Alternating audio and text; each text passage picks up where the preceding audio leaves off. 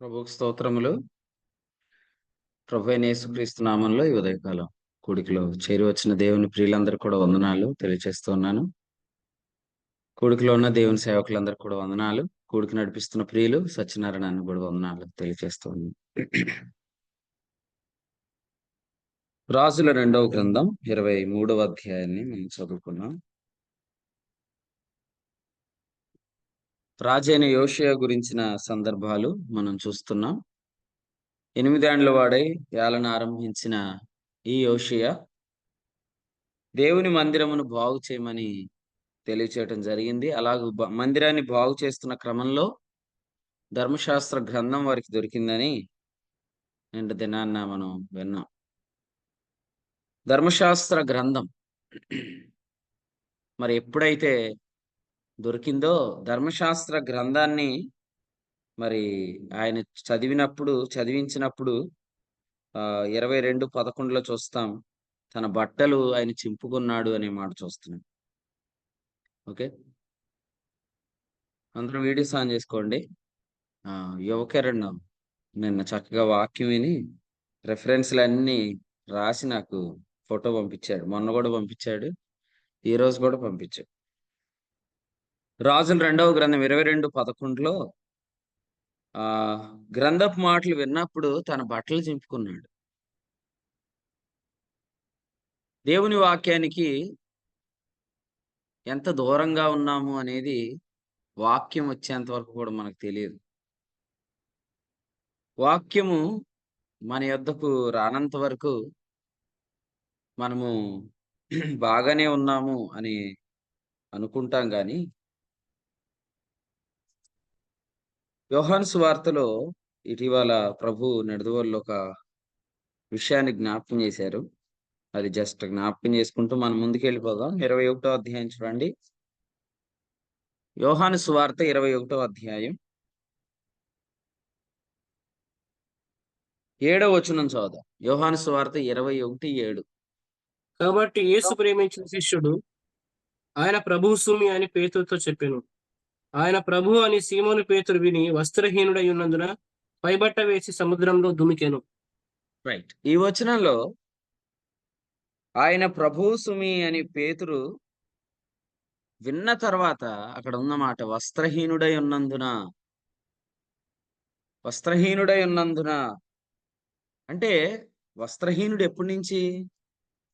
రాత్రంతా వస్త్రహీనుడు కాదా? రాత్రంతా అతడు దిగంబరి కాదా?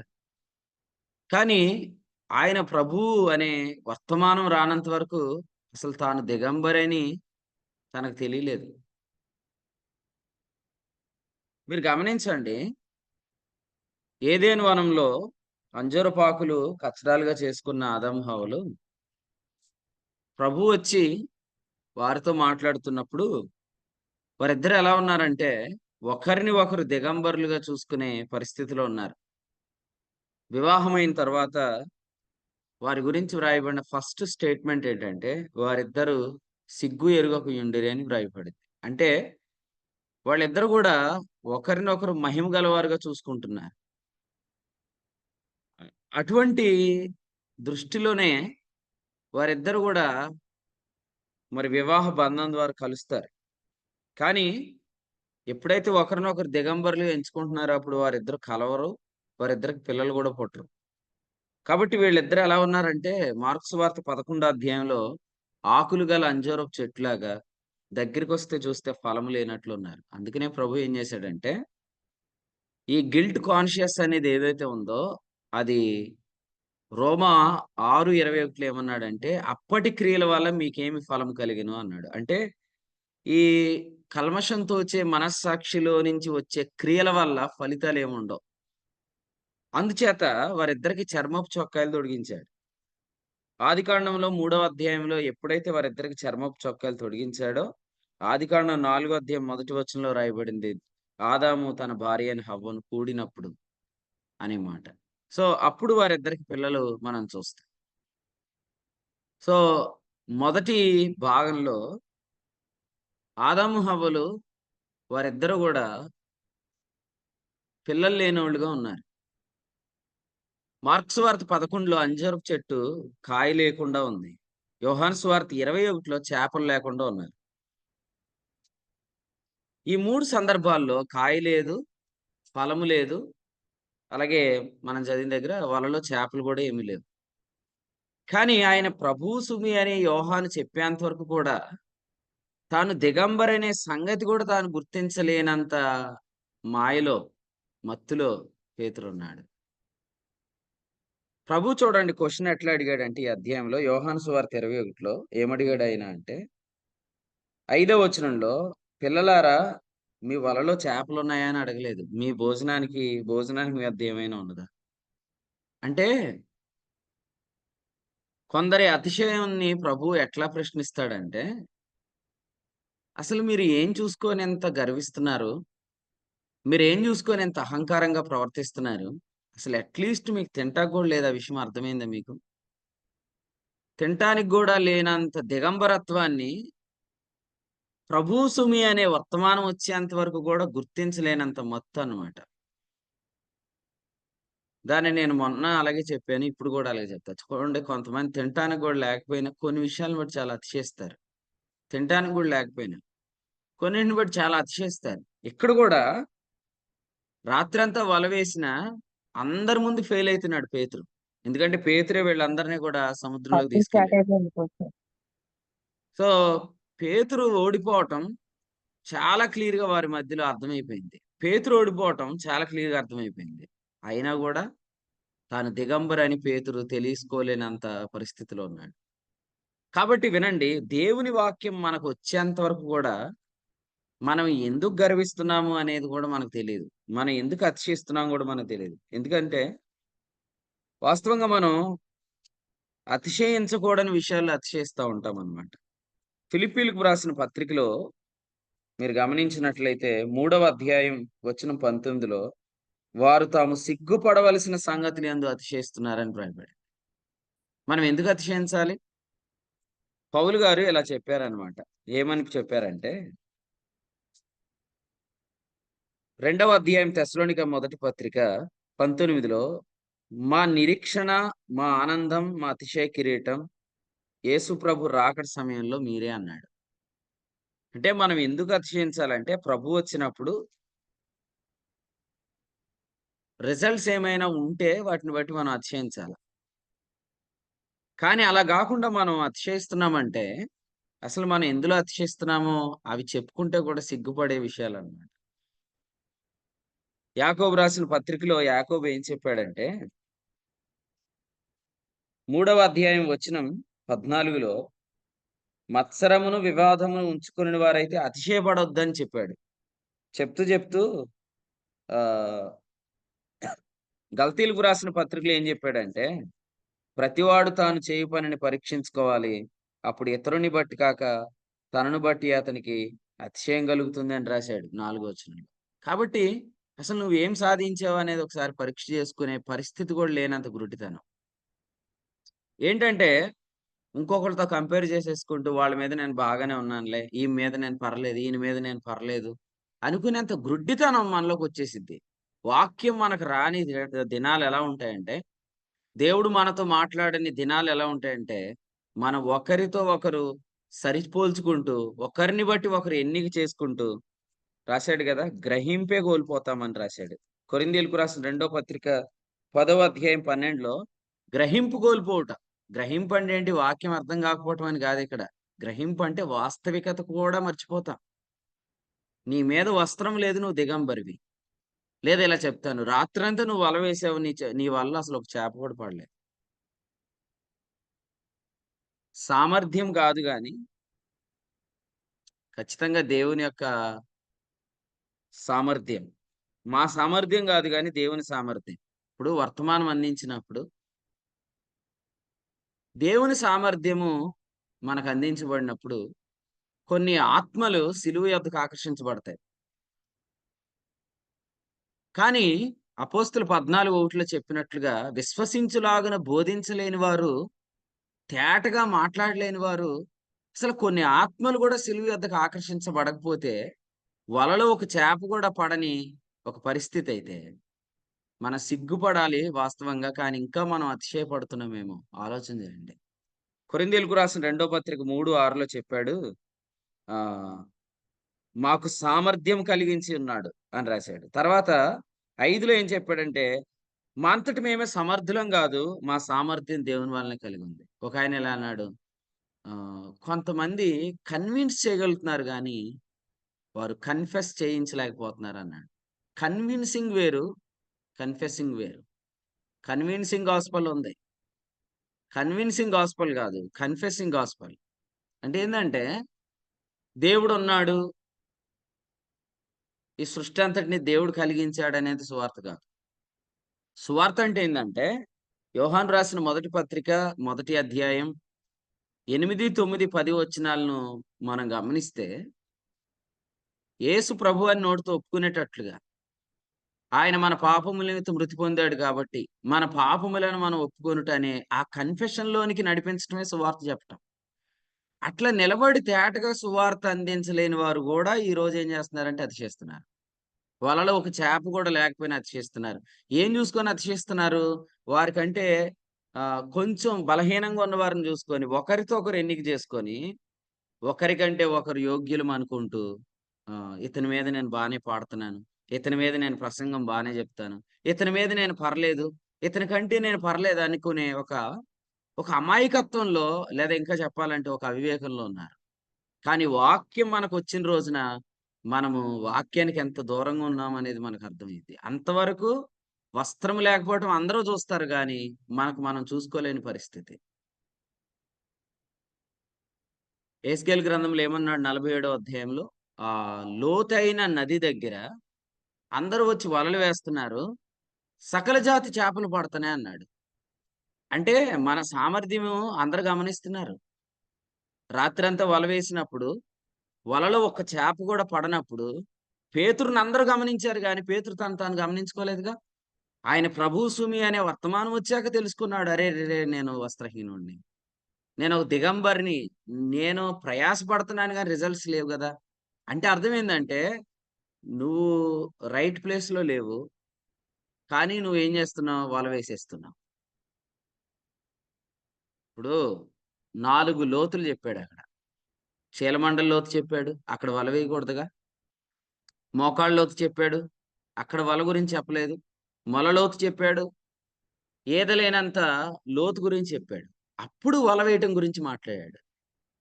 సంగతులను లోతుగా గ్రహించిన సహోదరులతో కంపేర్ చేస్తే నీ గ్రహింపెంత? అందుచేతనే నువ్వు సువార్త చెప్పినప్పుడు గూడా అంత తేటగా ఉండట్లేదు.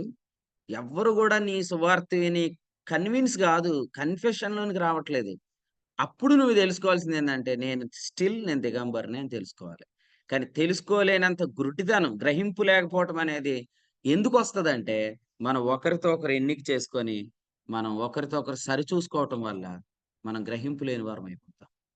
అందుకనే మనందరికీ తప్పకుండా దేవుని వాక్యం వస్తూ ఉండాలి. గ్రంథము దొరికేంత వరకు వాళ్ళు వస్త్రం చింపుకోలేదు.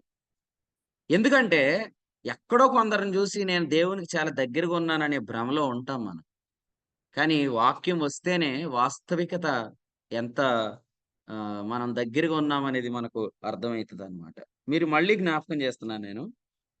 యోహాను సువార్త 21వ అధ్యాయంలో చెప్పిన వర్తమానానికి నేను ఒక ఆధారాన్ని మీకు చూపిస్తా.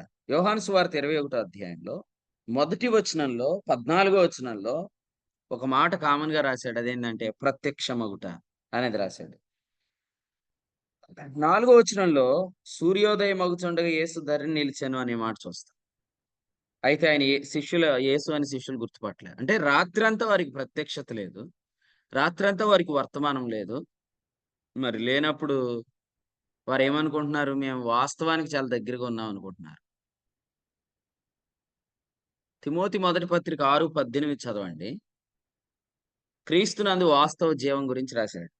అంటే what is truth? What is real? అనే దానికి వాళ్ళు చాలా దూరంగా ఉన్నారు. ఎంత దూరంగా ఉన్నారు? కొంచెం క్రిందకొస్తే ఆహ్, చూడండి, ఇంచుమించు 200 మూరల దూరం అన్నాడు. 8దో వచనం. 200 మూరల దూరం. అంటే దరికి వాళ్ళు చాలా దూరంగా ఉన్నారు. దరి మీద ఏముందన్నాడు? దరి మీద యేసు ప్రభువున్నాడు. నెంబర్ 2 దాని మీద రొట్టె, నిప్పు, కాల్చిన చేప. అంటే ఇలా చెప్తాను. క్రీస్తున్నాడు, అక్కడ స్వాస్థ్యం ఉంది. దాని పేరు పరలోకం. పరలోకానికి చాలా దూరంగా వీళ్ళున్నారు. కానీ వీళ్ళేం చేస్తున్నారు అక్కడ గూడా, వస్త్రహీనుడైనా కూడా అప్పటిదాకా వస్త్రం ఏసుకోలేదంటే, తాను దిగంబరునని ఆయన గుర్తించలేకపోయాడు. కాబట్టి మీకేం చెప్తున్నానంటే, ఎవరితోటో కంపేర్ చేసేసుకొని, నేను బాగానే ఉన్నాను అనే దానికంటే, మీకు వాక్యమొచ్చిన రోజు మీరెలా ఉన్నారని మీకు అర్థమైపోద్ది. సో, అందుకని గ్రహింపు కలగకుండా జేసే సహవాసాలు జేయకండి. గ్రహింపు కలగకుండా చేసే స్నేహాలు జేయకండి. ఎందుకంటే ఒకరోజు మనం ఈ చిన్న గుంపులో నుంచి ఒక పెద్ద గుంపులోకి రాబోతున్నాం. ఇప్పుడు మన కాంపిటీషన్ జస్ట్ మన కాలేజే. కానీ ఒక్కసారి మనం మన కాలేజీ నుంచి పాస్డ్ ఔట్ అయితే మన కాంపిటీషన్ ప్రపంచం. భారతదేశంలో ఉన్న ప్రతి గ్రాడ్యుయేట్‌తో మనం పోటీ పడాలిగా. అందుకని మనం ఇంజినీరింగ్ కాలేజీలో ఉండి ఇక్కడే మనం గొప్ప అనుకోకూడదు. రేపొద్దుట మనం క్రీస్తు న్యాయపీఠం ఎదుట అందరి ఎదుట నిలబడతాం. అప్పుడు మనం అందరి మధ్యలో రిజల్ట్స్ చూడబోతున్నాం. రాత్రి చెల్లి మాట్లాడుతూ అంటుంది భువనేశ్వరి ఏమనంటే, హ్మ్. యేసుప్రభు త్వరగా రాకూడదు అప్పుడే అనిందనమాట మాట్లాడుతూ. ఇలా జ్యోతి ఆంటీ ఏమనిందంటే, "ఎందుకు త్వరగా వచ్చేత్తాడు ప్రభువు" అంటున్నాను.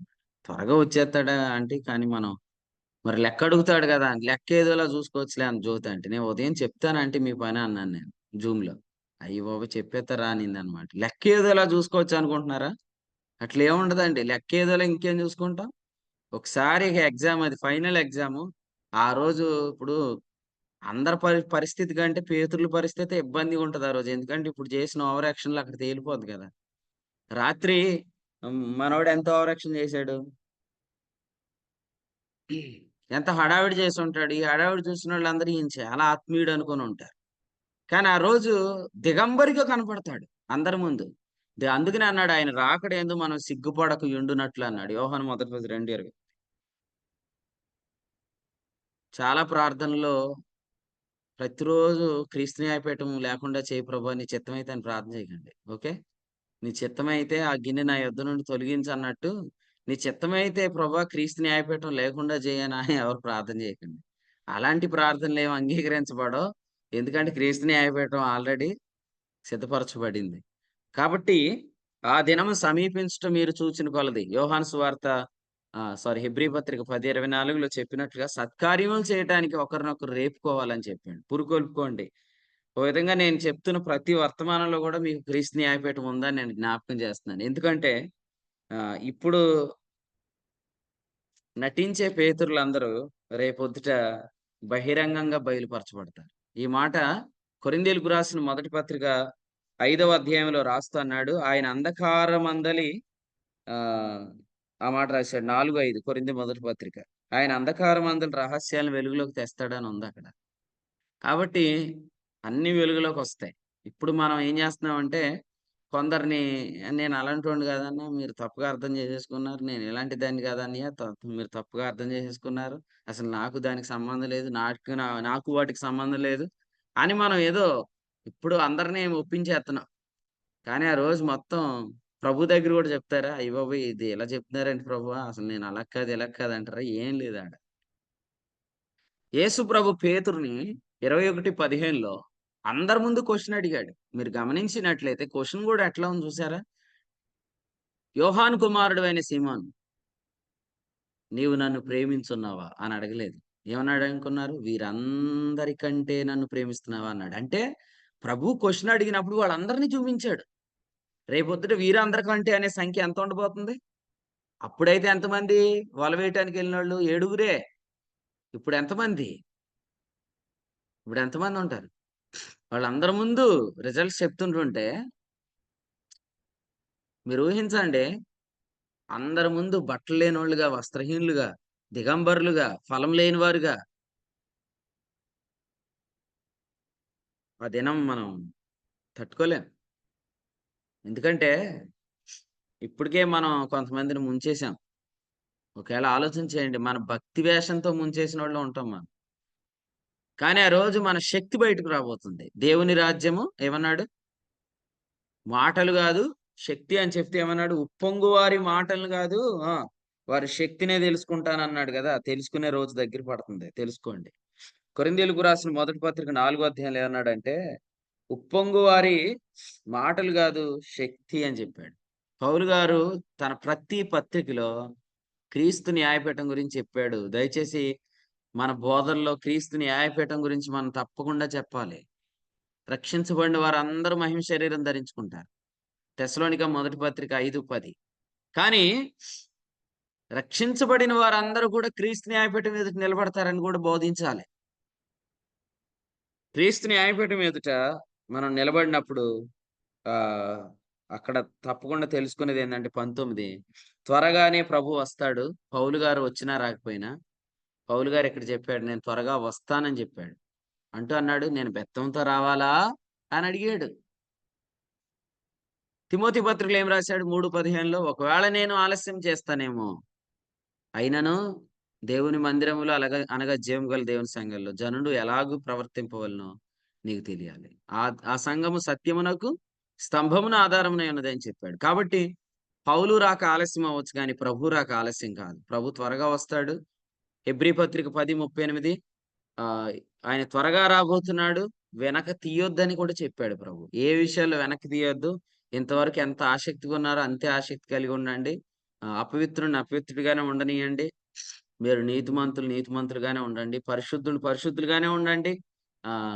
అపవిత్రుడిని అపవిత్రుడుగానే ఉండనియండి. ఎందుకంటే ప్రతి వానికి ఇచ్చుటకు నా యొద్ద సిద్ధపరిచిన జీతం ఉంది. ఇప్పుడు చేసిన ఈ వేషధారణ అంతా ఆ రోజు బయటపడిపోద్దండి. అసల అందరికంటే ఆ రోజు సిగ్గుపడేది ఎక్కువ వేషధారులే. ఎందుకంటే మైమరిచిపోదాం అనే ఒక ప్రోగ్రామ్ ఉందన్నమాట. అది జేత్తారు. ప్రతిరోజు మైమరిపిత్తారన్నమాట. వాళ్ళకి ఆ రోజు సిగ్గు తప్పదు. కాబట్టి పేతురు తన మొదటి పత్రిక 2:1 అన్నాడు. అసలు ముందు వేషధారణ మానుకోండి అని చెప్పాడు. కాబట్టి నటించడం మానేద్దాం. పేతురులాగా కొందరు ఆల్రెడీ చిన్న పిల్లలు గూడా మనల్ని గమనిస్తున్నారండి. ఏమనంటే, నువ్వేం జేసినా ఏది సక్సెస్ అవ్వట్లేదు. కొలస్సీ పత్రిక 1:12 ఏమన్నాడు? దేవుని చిత్తానుసారంగా వెళ్ళేవాడు ప్రతి సత్క్రియలో సఫలుడవుతాడని ఉంది. మొదటి కీర్తనలో ఏమన్నాడు? యెహోవా ధర్మశాస్త్రమందు ఆనందించు దివారాత్రం దాన్ని ధ్యానించు వాడి గురించి రాస్తే ఏమన్నాడు? అతడు చేయనిదంతయు సఫలమవుతుందని రాశాడు కదండీ!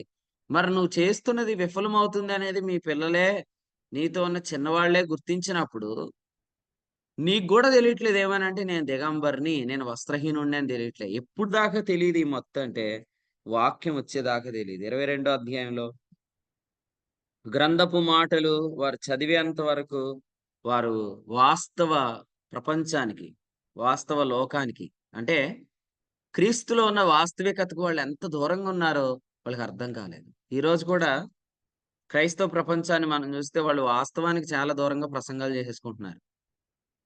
అసలు వాస్తవం ఏందంటే 2 అంశాలు.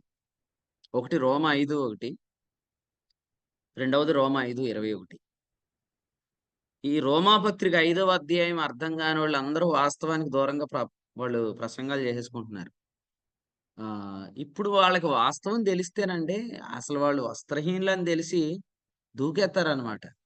కానీ విచిత్రం ఏందంటే ఇప్పటికీ కొంతమంది ఆహ్, తమ యొక్క దిగంబరత్వం తెలియకుండానే చనిపోయారు. కానీ వాళ్ళ గురించి చాలామంది ఏం చెప్పుకున్నారంటే వీరు మంచి పోరాటం పోరాడారు. తమ పరుగు కడముట్టిచ్చారని చెప్తున్నారు. ఆ! ప్రభువు ఏం చెప్తాడంటే, అబ్రహాము సంతానం అని మీరు చెప్తున్నారు. అసలే ప్రవక్తలను చంపిన వారి సమాధులు కట్టారురా బాబు మీరు అని చెప్పాడు. అంటే ఆహ్, స్టెఫెను మాట్లాడుతూ అపోస్తలుల కార్యాలు 7:51-53 వచనాల్లో మీరు ప్రవక్తలను చంపారనే మాట అక్కడ వాస్తవంగా చెప్పాడు. వాళ్ళు ప్రవక్తలను చంపారు. ఇప్పుడున్న తరం ఏం చేస్తుందంటే, ఆ ప్రవక్తలను ఎవరైతే చంపారో వాళ్ళ సమాధులు, వారి గోరీలను వీరు అలంకరిస్తున్నారు. అంటే అర్థం ఏంటి? ఇండైరెక్ట్‌గా వీళ్ళు కూడా తప్పుకు సమ్మతిస్తున్నారు. ఈ జనరేషన్ ఎట్లా ఉందంటే, వాస్తవానికి, సత్యానికి దూరంగా ఉండి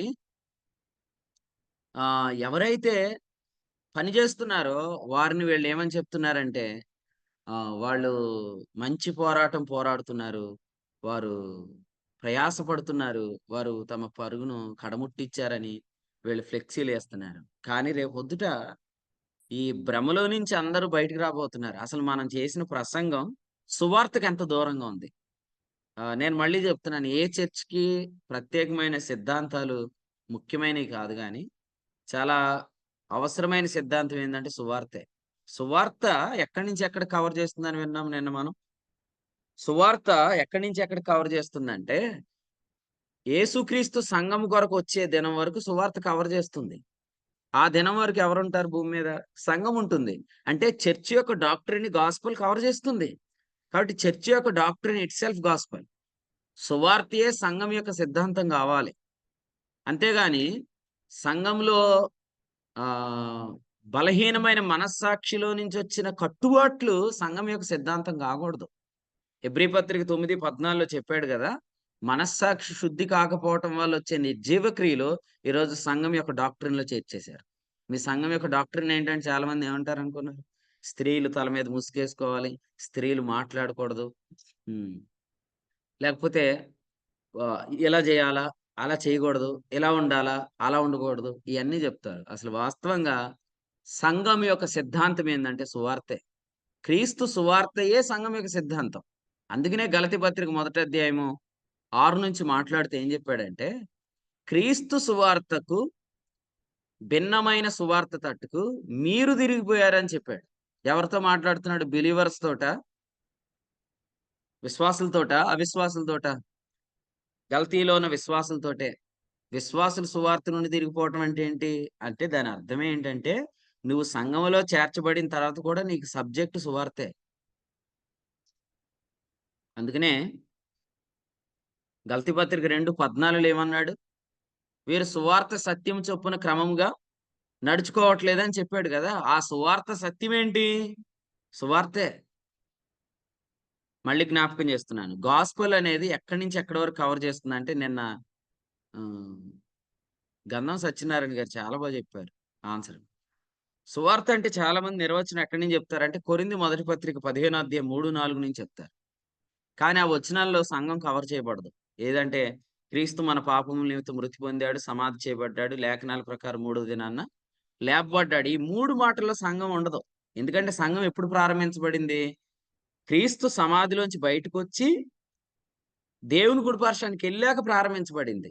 మరి సువార్త ఒకవేళ క్రీస్తు పరలోకానికి ఎళ్ళిన తర్వాత కవర్ చేయలేదనుకోండి, అప్పుడు చర్చ్ యొక్క డాక్ట్రిన్ సువార్త కాదు. కానీ మనం నిన్నేం విన్నాం? సువార్త యొక్క నిర్వచనం ఎక్కడి నుంచి చెప్పాలని విన్నాం? హోప్ నంబర్ 42 ఎవరండి? మీరు గుర్తుపెట్టుకోండి. సువార్త అంటే ఎక్కడి నుంచి చెప్పాలంటే హెబ్రీ పత్రిక 4:2. 42 అంటే ఏంటి? హెబ్రీ పత్రిక 4:2. ఆశీష్ నీ యొక్క హోప్ నంబర్ అదే. హెబ్రీ పత్రిక 4:2 సువార్త యొక్క నిర్వచనం ఏందంటే, సువార్త యొక్క నిర్వచనం అక్కడ రాశాడు. హెబ్రీ పత్రికలో ఉన్న విశ్రాంతి పేరే సువార్త. విశ్రాంతి అనేది ఎప్పుడు అంశం? యేసుప్రభు చనిపోయినప్పుడా? సమాధి చేయబడినప్పుడా? తిరిగి లేచినప్పుడా? ఆరోహణమైన తర్వాతనా? చెప్పండి. విశ్రాంతి అనేది ఎప్పుడు అంశం? యేసుప్రభు చనిపోయినప్పుడా? తిరిగి లేచినప్పుడా? లేదా తిరిగి లేచిన తర్వాత ఆరోహణమై జీవిస్తున్నప్పుడా? జీవిస్తున్నప్పుడు అండి. ఆరోహణమై జీవిస్తున్నప్పుడు. ఆరోహణమై జీవిస్తున్నప్పుడు. అంటే గాస్పెల్ పార్ట్ ఎప్పుడు కవర్ చేశాడు? కేవలం క్రీస్తు మృతుల్లో నుండి లేచాడు. అక్కడితో సువార్త సంపూర్తి అవ్వలే. సువార్త యొక్క సంపూర్ణత ఎప్పుడు దాకా ఉంది? మరలా క్రీస్తు వచ్చేంత వరకు ఉంది. అంటే మనం మర్త్య శరీరంలో ఉన్నంత వరకు ఉంది. అంటే సువార్త ఏ టైమ్ పీరియడ్‌ని కవర్ చేసింది? సంఘం యొక్క సమయాన్ని లేదా ఇలా చెప్పాలంటే సంఘాన్ని కూడా సువార్త కవర్ చేసింది. కాబట్టి చర్చ్ యొక్క డాక్ట్రిన్ ఏది? సువార్తే. ఇప్పుడు మీరు ఆలోచన చేయండి. ఈరోజు సంఘంలో ఉన్న బోధలు సువార్తకు చాలా దూరంగా ఉన్నాయి. అది వాస్తవమైన వారి సువార్త వారికి దొరికేంత వరకు వాళ్ళేమనుకుంటారంటే మేము దిగంబరులం కాదనుకుంటారు. కానీ ఒక్కసారి సత్యమైన వెలుగు ఏదో ప్రకాశించిందనుకోండి, ప్రతి ఒక్కళ్ళు కూడా తమ గర్వాన్ని ఖచ్చితంగా వేడతారు. ఇప్పుడు సూటేసుకొని, మంచి మేకప్ ఏసుకొని అబద్ధం చెప్తున్నారు అనుకోండి. వాళ్ళకి అసలు నిజమేంటో తెలిసిపోయిందనుకోండి. ఆ రోజు వాళ్ళేమనుకుంటారు? అబద్ధం చెప్పటానికి కూడా నేనింత బిల్డప్ ఇచ్చానా అని వాళ్ళకర్థమైద్ది. కాబట్టి మీరు అర్థం చేసుకోండి. యోహాను తన మొదటి పత్రిక 2వ అధ్యాయంలో ఏమి రాస్తాడంటే, సత్యమైన వెలుగు ఇప్పుడు ప్రకాశించుచున్నది అని 8వ వచనంలో రాశాడు. రాజేష్ రాత్రి నిద్రపోయావా? Hope number 87. నిద్రపోయాను. ల్యాప్‌టాప్ ఉందా నీ దగ్గర? లేదన్నా. ఉమ్? లేదన్నా. లేదా? రైట్. చూడండి, సత్యమైన వెలుగు ఇప్పుడు ప్రకాశిస్తుందని చెప్పాడు కదా. సత్యమైన వెలుగు ప్రకాశించినప్పుడు అక్కడ ఏం రాశాడు అనుకున్నారు? 2వ అధ్యాయం 21 గాని, లేకపోతే 2వ అధ్యాయము 8వ వచనంలో గాని, చీకటి గతించుచున్నది అన్నాడు. అంటే ఇస్సాకు పాలు విడిచే దినం వచ్చేంత వరకు ఇష్మాయేలు యాక్షన్ చేయలేదండి. ఇస్సాకు పాలు విడిచిన దినాన్ని ఏం జరిగింది? 21వ అధ్యాయంలో దాసిని దాని కుమారుని వెళ్ళగొట్టుమని చెప్పాడు. అంటే అంతవరకు వీ క్యాన్ మేనేజ్. కానీ నిజం అనేది బయటకు ఓ రోజు ఖచ్చితంగా వస్తది. అప్పుడు నువ్వు ఖచ్చితంగా వదిలిపెట్టి వెళ్ళాలి. బలాత్కారముగా పట్టుకున్నవన్నీ వదలాలి. పరలోక రాజ్యం బలాత్కారంగా పట్టబడుచున్నదంటే అర్థం ఏంటి? దేవుని దృష్టిలో దేవుడు వారిని అంత గొప్పగా ఎంచకపోయినా ఇక్కడ గొప్పవాళ్ళమని చెప్పుకుంటున్న వాళ్ళు చాలా మంది ఉన్నారు. దేవుడు వారిని యోగ్యులుగా ఎంచట్లేదు. కానీ వారు తమ మట్టుకు తామే యోగ్యులం అనుకుంటున్నారు. మరి వాళ్ళు వాస్తవంగా మన దృష్టిలో ఎలా ఉన్నారు? పరలోక రాజ్యంలో వారు ప్రవేశించినట్లుగా ఉన్నారు. పరలోకం కాదు, నేను చెప్పేది జాగ్రత్తగా వినండి. పరలోకంలో ప్రవేశం వేరు, పరలోక రాజ్యంలో ప్రవేశం వేరు. పరలోక రాజ్యంలో ప్రవేశం అంటే ఏంటంటే, పరలోకములో ఉన్న అనుభవాలు ఒక్కొక్క హైట్, ఒక్కొక్కళ్ళకి ఒక్కొక్క హైట్ ఉంది, ఒక్కొక్కళ్ళకి ఒక్కొక్క మహిమ ఉంది, ఒక్కొక్కళ్ళకి ఒక్కొక్క పరిమాణం ఉంది. ఇప్పుడు కొంతమంది ఎలా ఉన్నారు? స్టేజ్ మీద, వాళ్ళు స్టేజ్ కింద కూర్చోరు, వాళ్ళు స్టేజ్ మీద కనపడుతున్నారు ఎప్పుడు చూసినా. కాబట్టి కింద కూర్చున్న వాళ్ళందరి దృష్టిలో వీళ్ళు ఎలా ఉన్నారు? పరలోక రాజ్యంలో కూడా వీళ్ళు ఈ స్థానమేనేమో అన్నట్టు మైమరిపిస్తున్నారు. కానీ వాస్తవం వాళ్ళు స్టేజ్ మీద కూర్చోవడానికి సరిపోని వారు. అది నేనైనా మీరైనా. ఎప్పుడు ఇది బయటకు వస్తుందంటే, క్రీస్తు న్యాయపీఠం దగ్గర మాత్రమే కాదు, యోహాను లాంటి రొమ్మున ఆనుకున్న వర్తమానాలు అందించే వాళ్ళు వచ్చిన రోజు, యోహాను వయసులో చిన్నోడే, యోషియా వయసులో చిన్నోడే. కాబట్టి అటువంటి వారు వచ్చినప్పుడు చిన్నది వచ్చింది కదండి. ఆ చిన్నది వచ్చి ఏమనింది? నీవును వారిలో ఒకడు కాదా అని అనగానే ఆ చిన్నదాని యొక్క మాటకి పేతురు ఏంటో అర్థమైపోయింది బయటికి. సో అలాగూ మన దిగంబరత్వం ఒక రోజు బయటపడుతుంది. కానీ అది బయట పడకముందే మనం సరి చేసుకుంటే మంచిది. ఎందుకంటే ఏం చెప్పాడండి? మత్తయి సువార్తలో ఏం చెప్పాడు? నీకు నీ సహోదరుని మీద ఏమైనా నీకు విరోధం ఉంటే నువ్వు బలిపీఠం దగ్గరికి వెళ్ళక ముందే సరి చేసుకోమన్నాడు. ఎందుకన్నాడు? తర్వాత నీవు న్యాయసభకు వెళ్తావు. క్రీస్తు న్యాయపీఠం దగ్గరికి ఇంకా మనం రాలేదు. ఇప్పటికైనా మన వేషధారణ మానుకోవాలి. నన్ను మా పాస్టర్ గారు నమ్మితే చాలులే అనుకుంటున్నావు నువ్వు. కానీ నీ వేషం మొత్తం దేవునికి తెలుసు. నీ వేషం మొత్తం దేవునికి తెలిసినప్పుడు ఈరోజు ఈ చిన్న చిన్న వేషధారణ ఇది. కానీ రేపొద్దున అందరి ముందు నువ్వు బయటపడిపోతావు. అంధకారం అందలి ప్రతి రహస్యం వెలుగులోకి వస్తుంది. ఆయన మెచ్చుకుంటాడు కొందరిని. ఆ రోజు మనము ఇంతమందిలో అవమానం పొందకుండా ఉండటానికే ముందుగానే బోయాజు ఏం చేశాడు? పొలములో ఉండగానే ఏం చెప్పాడు? నీ అత్త ఇంటికి వట్టి చేతులతో పోవద్దని ఇంటి దగ్గరే వర్తమానం చెప్పాడు.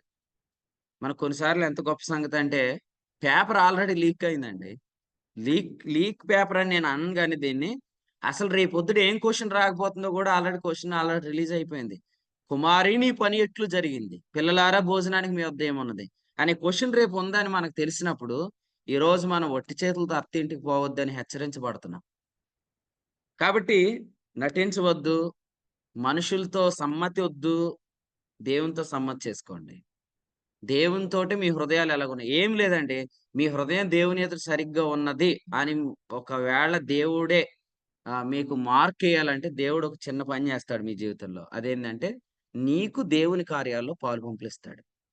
అపోస్తలుల కార్యాలు 8లో ఏమన్నాడు?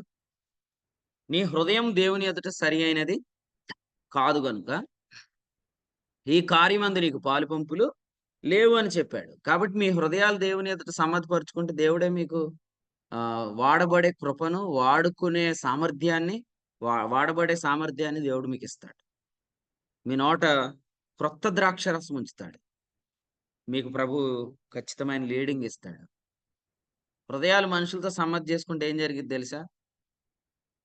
గ్రంథంలో ప్రభు కనపడ్డు. కానీ హృదయం దేవుని ఎదుట సమ్మతి చేసుకుంటే మీ గ్రంథంలో ప్రభు కనపడతాడు. ఇప్పుడు గ్రంథం చదివినా ఒక ఫ్రెష్ రెవల్యూషన్, ఆ మంచి వర్తమానమే మనం పరిచయం చేయడానికి కారణం. వాస్తవంగా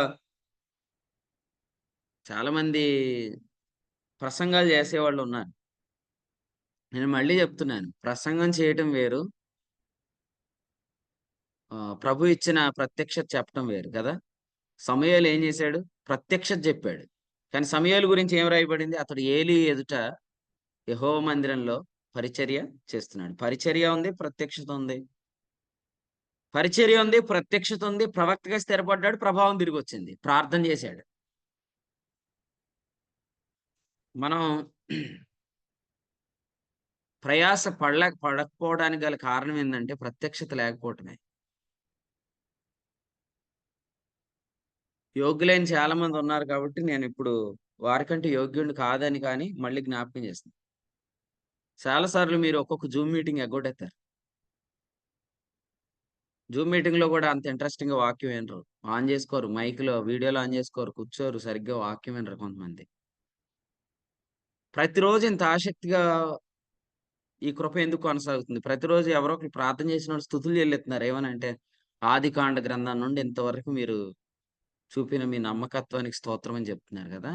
అసలు ఎంత నిర్విరామంగా దేవుని పని అట్లా జరుగుతుంది. సుమారు రాత్రి మేము భీమవరం నుంచి 2:30 గంటల ప్రయాణం ఈ జగన్నాథపురం రావటానికి. కరెక్ట్ గా 3-5 నిమిషాలకి ఇంటికి వచ్చాను. కానీ దేవుని పని నిర్లక్ష్యం చేయకుండా ప్రభు కృప చూపిస్తున్నాడు. కానీ మీలో కొంతమంది భోజనం చేసి నిద్రపోతారు, సోమరులు, ఏ పనిలో ఉండరు. అసలు స్థానిక సంఘం ద్వారా ఇంత పరిచర్య జరిగితే కొంత కూడా మీరు పని చేయట్లేదంటే మీరు ఎంత వేషధారులో ఆలోచన చేయండి. రేపొద్దుట క్రీస్తు న్యాయపీఠం ఎదుట అసలు లెక్కేం చెప్తారు మీరు? మీ సేవకుడు ఒక రేంజ్ లో పరిచర్య చేస్తున్నప్పుడు ఆ రేంజ్‌కి కనీసం 1% కూడా నువ్వు పనిలో వాడబడకపోతే, ఇంత సోమరివి, ఇప్పటికి గూడా నేను బాగానే ఉన్నానని భ్రమలో ఉంటే అసలు ఆ రోజు వస్త్రాలు చింపుకునేంత పరిస్థితి ఏర్పడిద్ది. దేవుని గ్రంథం వారికి దొరకనంత వరకు మేము బాగానే ఉన్నాం అనుకున్నారు. కానీ గ్రంథం ఎప్పుడైతే దొరికిందో అందరి ముందు వారు వస్త్రాలు చింపుకున్నారు.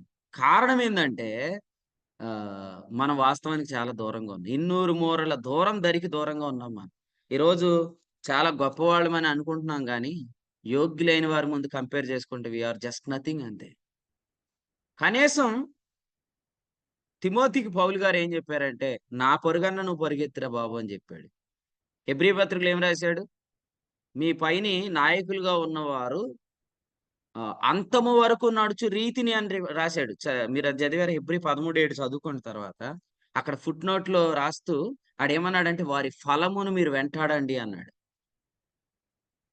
మన స్థానిక సంఘ దేవుని సేవకునికి వచ్చే మార్కులను బట్టి అయినా మీరు కంపేర్ చేసుకోండి అని రాశాడు. దాని అర్థం అది. రేపొద్దున అందరితో మీరు పోటీ పడకపోయినా, ఎందుకంటే మనకంటే యోగ్యులు చాలా మంది ఉన్నారు. అట్లీస్ట్ మీ మార్కులు ఎక్కడికి ఉండాలంటే మీ స్థానిక సంఘంలో ప్రయాసపడుతున్న మీ సేవకునికి అట్లీస్ట్ దగ్గరగా ఉండాలి. లేదంటే మాత్రం మీరు అయిపోయినట్టే ఆ రోజు. అయిపోయినట్టంటే నరకానికి పంపించేస్తాడని కాదు. 1000 ఏండ్ల రాజ్యం లేదా? సూర్యుని మహిమ ఉంది, చంద్రుని మహిమ ఉంది, నక్షత్రముల మహిమ ఉంది. నక్షత్రంలో ఒక మహిమకు ఇంకో దానికి మహిమలు వ్యత్యాసం ఉంది. చేప మాంసం వేరు, మృగ మాంసం వేరు, పక్షి మాంసం వేరు, మనుష్య మాంసం వేరు అని ఎందుకు చెప్పాడు? మాంసం అంతా ఒకటి కాదుగా, బలాలు తేడా ఉన్నాయి. మహిమలన్నీ ఒకటి కాదుగా, మహిమల్లో వ్యత్యాసం ఉంది. కాబట్టి నీకు ఇచ్చేది బలమైన శరీరమే కానీ బలాల్లో తేడా ఉంది. నీకు ఇచ్చేది మహిమ శరీరమే కానీ మహిమల్లో తేడా ఉంది. నీకు ఇచ్చేది ఘనమైన శరీరమే కానీ ఘనతల్లో తేడా ఉంది. కాబట్టి అందరం మహిమ శరీరం ధరించుకుంటాం కానీ ఘనతలు వేరు. మహిమ శరీరమే కానీ మహిమలు వేరు. బలమైన శరీరమే కానీ బలాలు వేరు. మాంసం అంతా ఒకటే విధమైంది కాదని చెప్పాడు. ఇదంతా ఎక్కడ రాశాడు? కొంతమంది ఏమన్నారంటే బైబిల్‌లో ఆస్ట్రాలజీ ఉంది తెలుసా అని చెప్పుకోవడానికి ఆ వచనాలు వాడేసుకున్నారు. బైబిల్ ఆస్ట్రాలజీ, జువాలజీ, బోటనీ కాదు. కొరింథీ మొదటి పత్రిక 15లో ఉంది. అంటే the chapter about the resurrection, యేసుక్రీస్తు ప్రత్యక్షం అయ్యేటప్పుడు జరిగే సంగతి గురించి రాశాడు ఆ అధ్యాయం. అంతేగాని నువ్వు జువాలజీ, బోటనీ, ఆస్ట్రాలజీ చెప్పుకుంటావని కాదు అందులోంచి. ప్రభువు వచ్చినప్పుడు నీ శరీరంలో వ్యత్యాసం, నీ శరీరంలో బలంలో వ్యత్యాసం, నీ ఘనతలో వ్యత్యాసం. ఈరోజు ఒకప్పుడు క్యాబినెట్ హోదాను అనుభవించి ఇప్పుడు ఓడిపోయి ఎన్నికల్లో కొందరి పరిస్థితి ఎలా ఉందో మనం ప్రత్యక్షంగా చూస్తున్నాం. రేపు పొద్దుట మీ కళ్ళ ముందే దేవుడు 1000 ఏండ్ల రాజ్యంలో కొందరికి ఇచ్చే పట్టణాలు, కిరీటాలు, వారి స్థానం మీరు చూస్తే చిచ్చి నేను ఎందుకు సోమరిగా బ్రతికానా అని మీరు ఆ రోజు బాధపడతారు. ఏశావు ఆ తర్వాత ఏడ్చాడంట. ఉందా లేదండి? ఎబ్రీ పత్రిక 12 అధ్యాయం ఏముంది? ఏశావు ఆ తర్వాత ఏడ్చాడని ఉంది. కొంతమందికి ఎబ్రీ పత్రిక 12 నచ్చట్లా. శిక్షణ చేసే అధ్యాయం లేదనుకుంటున్నారు. ఎబ్రీ పత్రిక 11 తోటే పత్రిక ముగిస్తున్నారు. లేదు లేదు లేదు. 12 అధ్యాయం ఉంది. 12 అధ్యాయంలో ఏం చెప్పాడంటే, ఏశావు ఆ తర్వాత కన్నీరు విడిచాడు. కానీ ఏమనుంది అక్కడ? మారు మనసు పొందే అవకాశము దొరకక విసర్జించబడ్డాడు. నా తండ్రి ఒక్క దీవెన కూడా లేదా అన్నాడు. ఏమన్నాడు తండ్రి? లేదురా బాబు అన్నాడు. ఒక్క దీవెన కూడా నీకు లేదు. ఈరోజు మన జీవితాల్లో ఒక్క చిన్న పరీక్ష చేసుకొని మనం ముందుకెళ్దాం. ఇప్పుడు వస్త్రం చింపుకుందామా? అప్పుడు వస్త్రం చింపుకుందామా? ఇప్పుడే వస్త్రం చింపుకోవటం మంచిది. కొందరిని చూడండి, వారిని మనం చూడాలి. నేను ఇలా చెప్తున్నాను గానీ మీకు ఒక విషయం చెప్పాలి. నేను ఇంత బాగా చెప్తున్నాను అనుకోని మీరు ఎవరు అనుకోవద్దు. ఇప్పటికీ దెయ్యం వదలకపోతే ఈ వర్తమానం కూడా మీకేం పనిచేయదు. కాపోతే కొందరికి మాత్రం ఇది ఎలా అనిపించిదంటే, అమ్మో! దేవుని సేవకుడు మాట్లాడితే రోమాలు నిక్కబొడుచుకున్నాయి. ఒక ఒక అబ్బాయి అన్నాడన్నమాట మొన్నొచ్చి. ఏమన్నాడంటే, దైవ కుమారుల ఉత్సవాల్లో వర్తమానాలు ఏంటనన్నా అసలు రోమాలు నిలబడ్డాయని ఎట్లా అన్నాడు. వర్తమానాలన్నీ గూడా రోమాలు ఎట్లా నిలబడ్డాయనా అన్నాడు. నిజమే. కొందరికి అలాగే ఉంది. కానీ కొందరికి అలా లేదు. ఎందుకంటే భ్రమ, మత్తు అనేది ఎంత ప్రమాదం అంటే, మన ముందు చాలా మంది పరిగెడుతున్నారు అని మనకు గుర్తు చేయబడుతున్నా కూడా ఎంత గొప్ప ఏం చెప్పాడు 12:1 సాక్షి సమూహం. ఎంత గొప్ప సాక్షి సమూహం అని ఎందుకు ఆ వర్తమానం చెప్పాడు అక్కడ? కనీసం వాళ్ళని చూడండిరా బాబు మీరని. కానీ మనం ఎవరిని పెట్టుకుంటున్నాం? మనతో పాటు కలిసి చెడిపోతున్న వాళ్ళని పెట్టుకుంటున్నాం. దుష్ట సాంగత్యం మంచి నడవడిని చెరుపును. ఈ వచనం ఎక్కడ రాశాడు? అదే అధ్యాయం కొరింథీ మొదటి పత్రిక 15. కొరింథీ మొదటి పత్రిక 15లోనే రాశాడు. ఎందుకు రాశాడు? మీరు ఈళ్ళతో స్నేహం చేసి క్రీస్తు న్యాయపీఠమే మర్చిపోతున్నారు మీరు. ఈళ్ళతో సాంగత్యం చేసి ప్రభు వస్తాడన్న సంగతే మీరు మర్చిపోతున్నారు.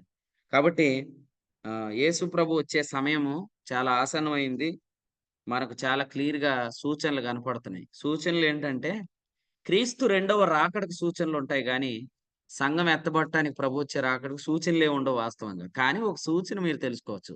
అదేందంటే, ప్రభువు తిరిగి వచ్చే సమయంలో లవోదికీయ సంఘ వాతావరణాన్ని మనం చూస్తాం.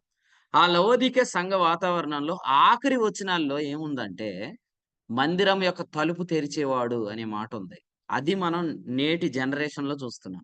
తిరిగి క్రీస్తుకు ఆయన యొక్క స్థానాన్ని, ఆయన యొక్క ప్రాముఖ్యతను ఇచ్చే ఒకడు దొరికాడు దేవునికి. అతని పేరే తలుపు తీయువాడు అని మనం నిన్నటి దినాన ధ్యానం చేశాం. తలుపు తీయువాడు అన్నా ఒకటే, మందిరమును బాగు చేయువాడు అన్నా కూడా ఒకటే. సో, సంఘాలను బాగు చేసే తరం మళ్ళీ పుట్టింది అంటే అర్థం ఏందంటే, సంఘాలను బాగు చేసే తరం పుట్టిందంటే, ఇక నెక్స్ట్ రిఫరెన్స్‌లో యేసుప్రభు రాబోతున్నాడని అర్థం. మీరు ప్రకటన 3:20 చదవండి, 21 చదవండి. నెక్స్ట్ రిఫరెన్స్ ఏంటనుకున్నారు? 4:1 ఇక్కడికి ఎక్కిరమ్ము. So, we are very near to the rapture. We are very near to the bema seat of Christ. మనం ఎత్తబడటానికి, క్రీస్తు న్యాయపీఠం మీద నిలబడటానికి చాలా దగ్గరగున్న తరం మనమే. ఈ జనరేషనే. కాబట్టి ఈ జనరేషన్‌లో తలుపు తీయువాడు ప్రభువుకు దొరికాడు. బల్లను సరిజేసేవాడు ప్రభువు దొరికాడు. మీరు చూడండి, మీరు చాలా సార్లు కమ్యూనియన్ గురించి వినే ఉంటారు. నేను నిన్న హెబ్రీ 4:2 గురించి ఎలా చెప్పానో, ఈరోజు నేను కొరింథీ మొదటి పత్రిక 11:29 గురించి కూడా అలాగే చెప్తున్నాను. ఎంతమంది కొరింథీయులకు రాసిన మొదటి పత్రిక 11:29 యొక్క రీడెఫినిషన్ విన్నారు మీ జీవితంలో? ఒకప్పుడు మన డెఫినిషన్ ఏంటి? ఇందువల్లనే మీలో అనేకులు బలహీనులై ఉన్నారు, రోగులై ఉన్నారు, చాలా మంది నిద్రిస్తున్నారనే మాట ఇంతకుముందు మీరు ఎలా విన్నారు? 30 వచనం. అమ్మో! ఆదివారం మనం అలా ఇలా చేసేసి రొట్టె తినేస్తే చచ్చిపోతాము. అందుకని ప్రభువు బల్ల తీసుకోకూడదు. అది డెఫినిషన్ ఇదివరకు. ఇప్పుడు అదేమైంది? It was redefined in this last generation. ఈ తరములో భోజనపు బల్ల సరిచేయబడింది. మీరు గమనించాల్సింది ఏంటంటే ఈ అధ్యాయంలో ఒక బలిపీఠము నాశనమైంది. ఇంకో బలిపీఠం సరిచేయబడింది. యోషియా ఏం చేస్తున్నాడు ఈ అధ్యాయంలో అంటే, యరొబాము బలిపీఠాన్ని ఈ అధ్యాయంలో యోషియా పాడు చేశాడు. అసలు ఇంతవరకు కూడా మీకు ఒక విషయం చెప్పమంటారా? యోషియాను గూర్చిన ప్రవచనం ఎప్పుడో రాజుల మొదటి గ్రంథంలోనే మనం చూస్తాం. రాజుల మొదటి గ్రంథంలో సొలొమోను కుమారుడైన రెహబాము కాలంలో రాజ్యం 2గా విభజించబడినప్పుడు యరొబాము చేసిన పాపానికి ఒక దైవజనుడు యోధా దేశం నుండి వచ్చి ఏం చెప్పాడు? యోషియా అనేవాడు ఒకడు పుడతాడు. పుట్టినవాడు ఈ బలిపీఠాన్ని పాడు చేస్తాడని చెప్పాడు. అంటే యోషియాను గురించి ఎప్పుడో ప్రవచించబడింది. ఈ అధ్యాయంలో యోషియా ఇప్పుడు ఏం చేశాడు? ఆ బలిపీఠాన్ని పాడు చేశాడు. ఆ దైవజనుడి సమాధి కూడా ఇక్కడ మనం చూస్తాం చూడండి. రాజుల 2వ గ్రంథంలో మనం చదివిన 23వ అధ్యాయం వచనం 16, 15, 16, 17 బేతేలులోనున్న బలిపీఠమును ఉన్నత స్థలమును అనగా ఇశ్రాయేలు వారు పాపము చేయుట కారకుడైన నెబాత్ కుమారుడు యెరోబోము కట్టించిన ఆ ఉన్నత స్థలమును బలిపీఠమును అతడు పడగొట్టించాడు. ఈ పని ఎవరు చేయలేదు చెప్పండి? ఈ బలిపీఠమును పడగొట్టించే పని ఎవరు చేయలేదు? హిజ్కియా చేయలేదు. హిజ్కియా దావీదులాగా నీతిని అనుసరించి ప్రవర్తించాడని మనం ధ్యానం చేశాం. కానీ అతడు బేతేలులో ఉన్న బలిపీఠం పడగొట్టలేదు. కానీ ఆ గొప్ప ఆధిక్యత దేవుడు ఎవరికిచ్చాడు? ఆ గొప్ప ఆధిక్యత దేవుడు యోషియాకిచ్చాడు. సో ఈ బలిపీఠం ఈ అధ్యాయంలో పడగొట్టబడింది. నెక్స్ట్ వచనం 16, యోషియా అటు తిరిగి అచ్చట పర్వతమందున్న సమాధులను చూచి కొందరిని పంపి సమాధులలో ఉన్న శల్యములను తెప్పించి దైవజనుడు యెహోవా మాట చాటించి చెప్పిన ప్రకారం వాటిని బలిపీఠం మీద కాల్చి దాన్ని అపవిత్రపరిచాడు. ఇది కూడా ఆ రోజు బేతేల్లో ఆ దైవజనుడు ప్రవచించాడు. నెక్స్ట్ రిఫరెన్స్ ఏముందంటే 17వ వచనం, ఆ సమాధి ఎవరిది అని అడిగాడు. అప్పుడు ఏం చెప్పారు? బేతేల్లోని బలిపీఠంనకు చేసిన క్రియలను నీవు ముందుగా బేతేల్లోని బలిపీఠంనకు చేసిన క్రియలను ముందుగా తెలిపిన దైవజనుని సమాధి అనగానే దానిని తప్పించండి అన్నాడు. ఆ దైవజనుడు ఎలా చనిపోయాడు? ఎవరని చెప్తారు? ఆ దైవజనుడు ఎలా చనిపోయాడు?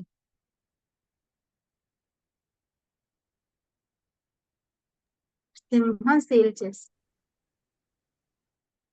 సింహమే చీల్చిందండి. సింహమే చీల్చింది. కానీ ఎందుకు చనిపోయాడు? ఎలా చనిపోయాడు? ఎలా చనిపోయాడంటే అసలు బేతేల్లో కట్టేశారు. భోజనం కూడా చేయొద్దని చెప్పాడు దేవుడు. కానీ ఆయన భోజనం కూడా చేయకుండా తిరిగి వచ్చేసాడు. కానీ అక్కడ ఉన్న ముసలి ప్రవక్త ఏం చేశాడు? నువ్వు రా వచ్చి భోజనం చేయమని చెప్పాడు. భోజనం చేస్తేనే తప్ప అని ప్రశ్నించే వారికి ఒక సమాధానం చెప్తాను నేను. భోజనం చేయడం కూడా తప్పే. అందుకని ఏమైంది? ఆ దైవజనుడు చనిపోయాడు. ఇప్పుడు అదే ముసలి ప్రవక్త ఏమన్నాడు? దేవుని మాట వినకుండా భోజనం చేశాడు. భోజనం పెట్టినోడు ఏమన్నాడు? భోజనం చేశాడు, తప్పు చేశాడు అని అన్నాడు. తీసుకొచ్చి ఆ దైవజనుడు సమాధి చేశాడు. ఆ దైవజనుడి గురించి మనం ఇక్కడ చదువుతున్నాం. సో అందుకని మీరందరూ ఒక విషయం గమనించండి. ఏ బలిపీఠం, ఏ బల్ల పడగొట్టాలో ఆ బల్ల పడగొట్టిన తరం ఇది. నిజంగా కొరింథీ పత్రిక 10వ అధ్యాయంలో 2 బల్లల గురించి రాశాడు. ఒకటి దెయ్యం బల్ల, 2 ప్రభువు బల్ల. దెయ్యపు బల్ల ఇంతవరకు ఉంది. కానీ తలుపు తీసిన వాడు ఆ బల్లను పడగొట్టేశాడు. మీరు గుర్తుందా? ఈ రాజుల గ్రంథంలో 13వ అధ్యాయం మొదటి పత్రిక 13వ అధ్యాయంలో ఏమని రాశాడంటే 3వ వచనంలో ఈ బలిపీఠం బద్దలైపోయి దాని మీదనున్న బుగ్గి ఒలిగిపోవుటయే యెహోవా ఇచ్చు సూచన అని చెప్పాడు. సూచన అప్పుడే జరిగింది. సూచన జరిగింది. కార్యం ఇప్పుడు జరిగింది. కాబట్టి సూచనకి కార్యానికి దూరం ఉంది అని చెప్పి మీరెవరు కూడా సూచనని తక్కువ అంచనా వేయకండి. మీకు మళ్ళీ చెప్తున్నా, సూచక్రియకి మహత్కార్యానికి డిస్టెన్స్ చాలా దూరం ఉంది. ఎంత దూరం ఉంది చెప్పండి? రాజుల మొదటి గ్రంథం 13 నుంచి రాజుల 2వ గ్రంథం 23 దాకా ఎంతమంది రాజులు ఉన్నారు? ఎంత చరిత్ర జరిగిపోయింది? కాబట్టి సూచక్రియ ఎప్పుడో జరిగిపోయింది. కానీ మహత్కార్యం జరగటానికి చాలా ఆలస్యమైంది. నేను ఇంకెలా చెప్తాను, అందరూ జాగ్రత్త వినండి. యానములో ఫస్ట్ కాన్ఫరెన్స్ జరిగినప్పుడు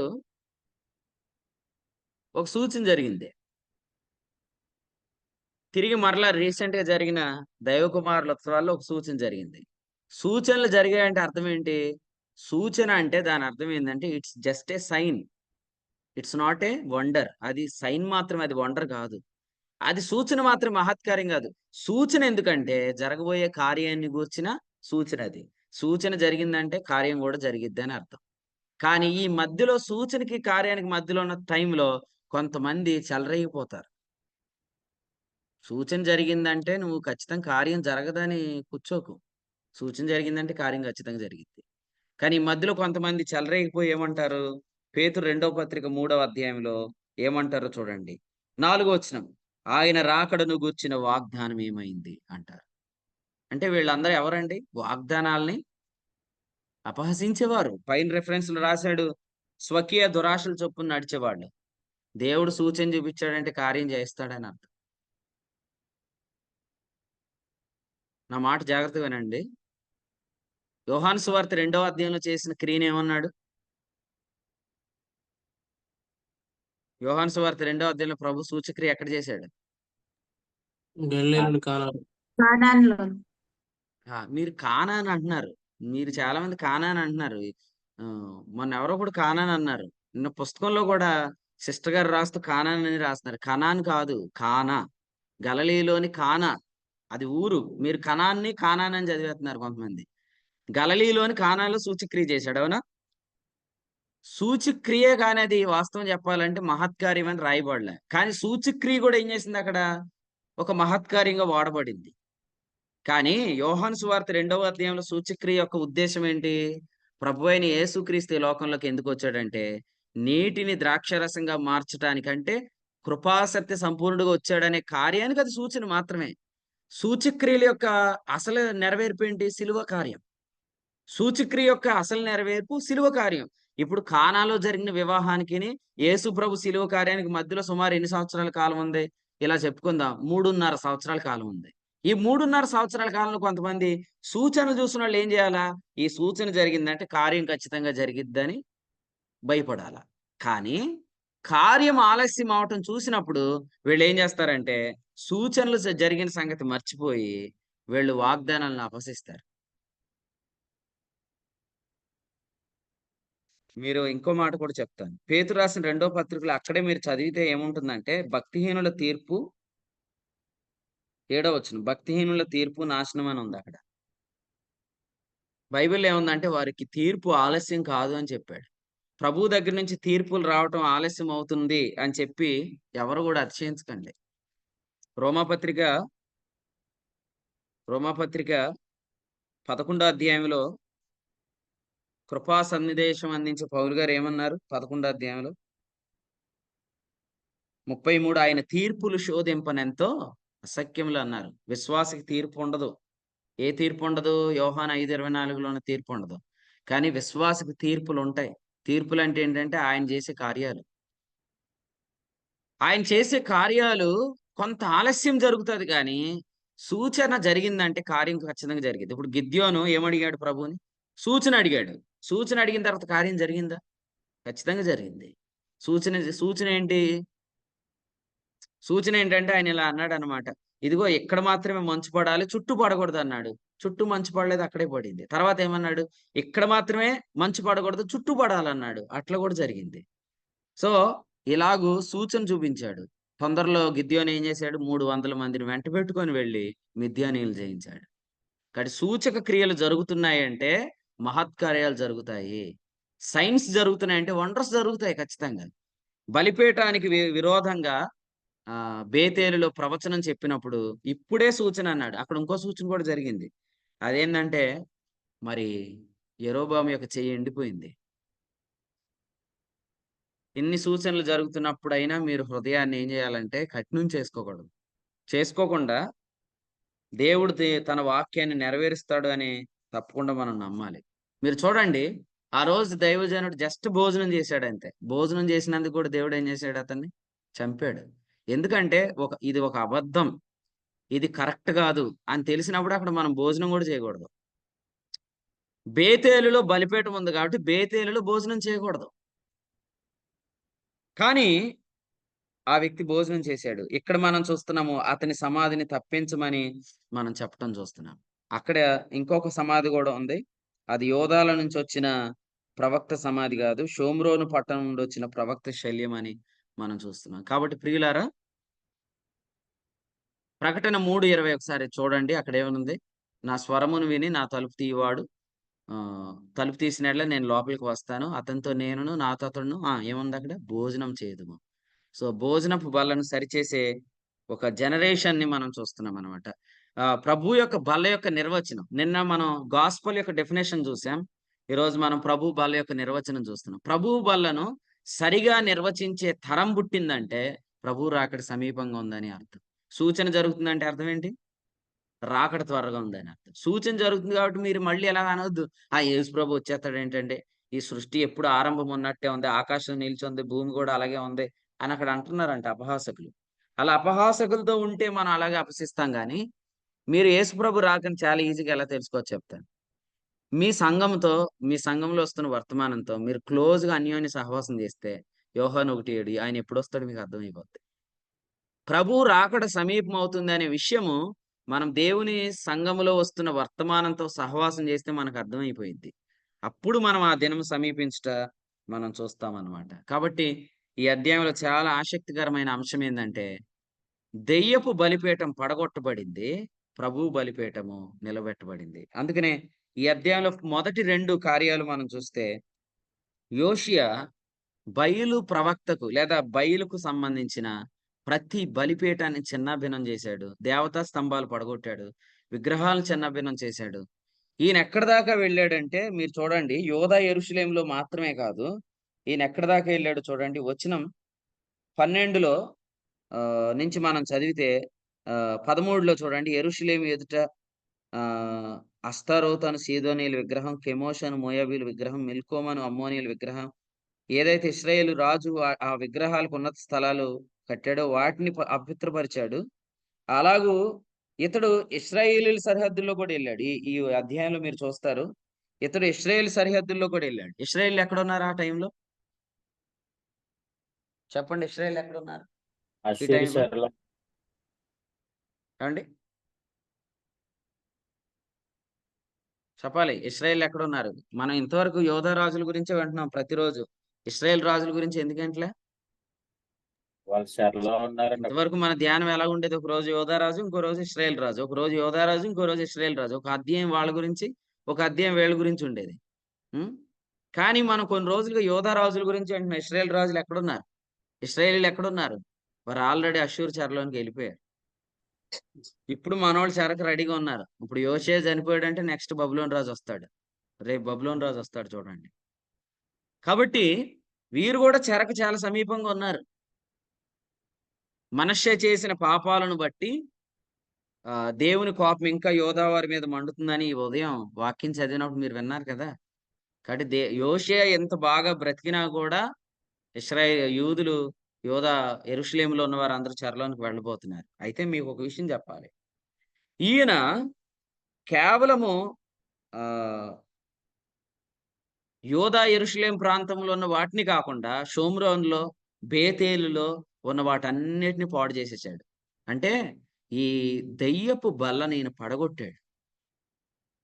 నేను కూడా ఏం చెప్తున్నానంటే, మన దినాలలో మన వర్తమానాలు ఎంత స్పష్టంగా రావాలంటే, బలహీనమైన మనస్సాక్షి నుంచి వచ్చిన ఆచార పద్ధతులని మనం పడగొట్టాలి.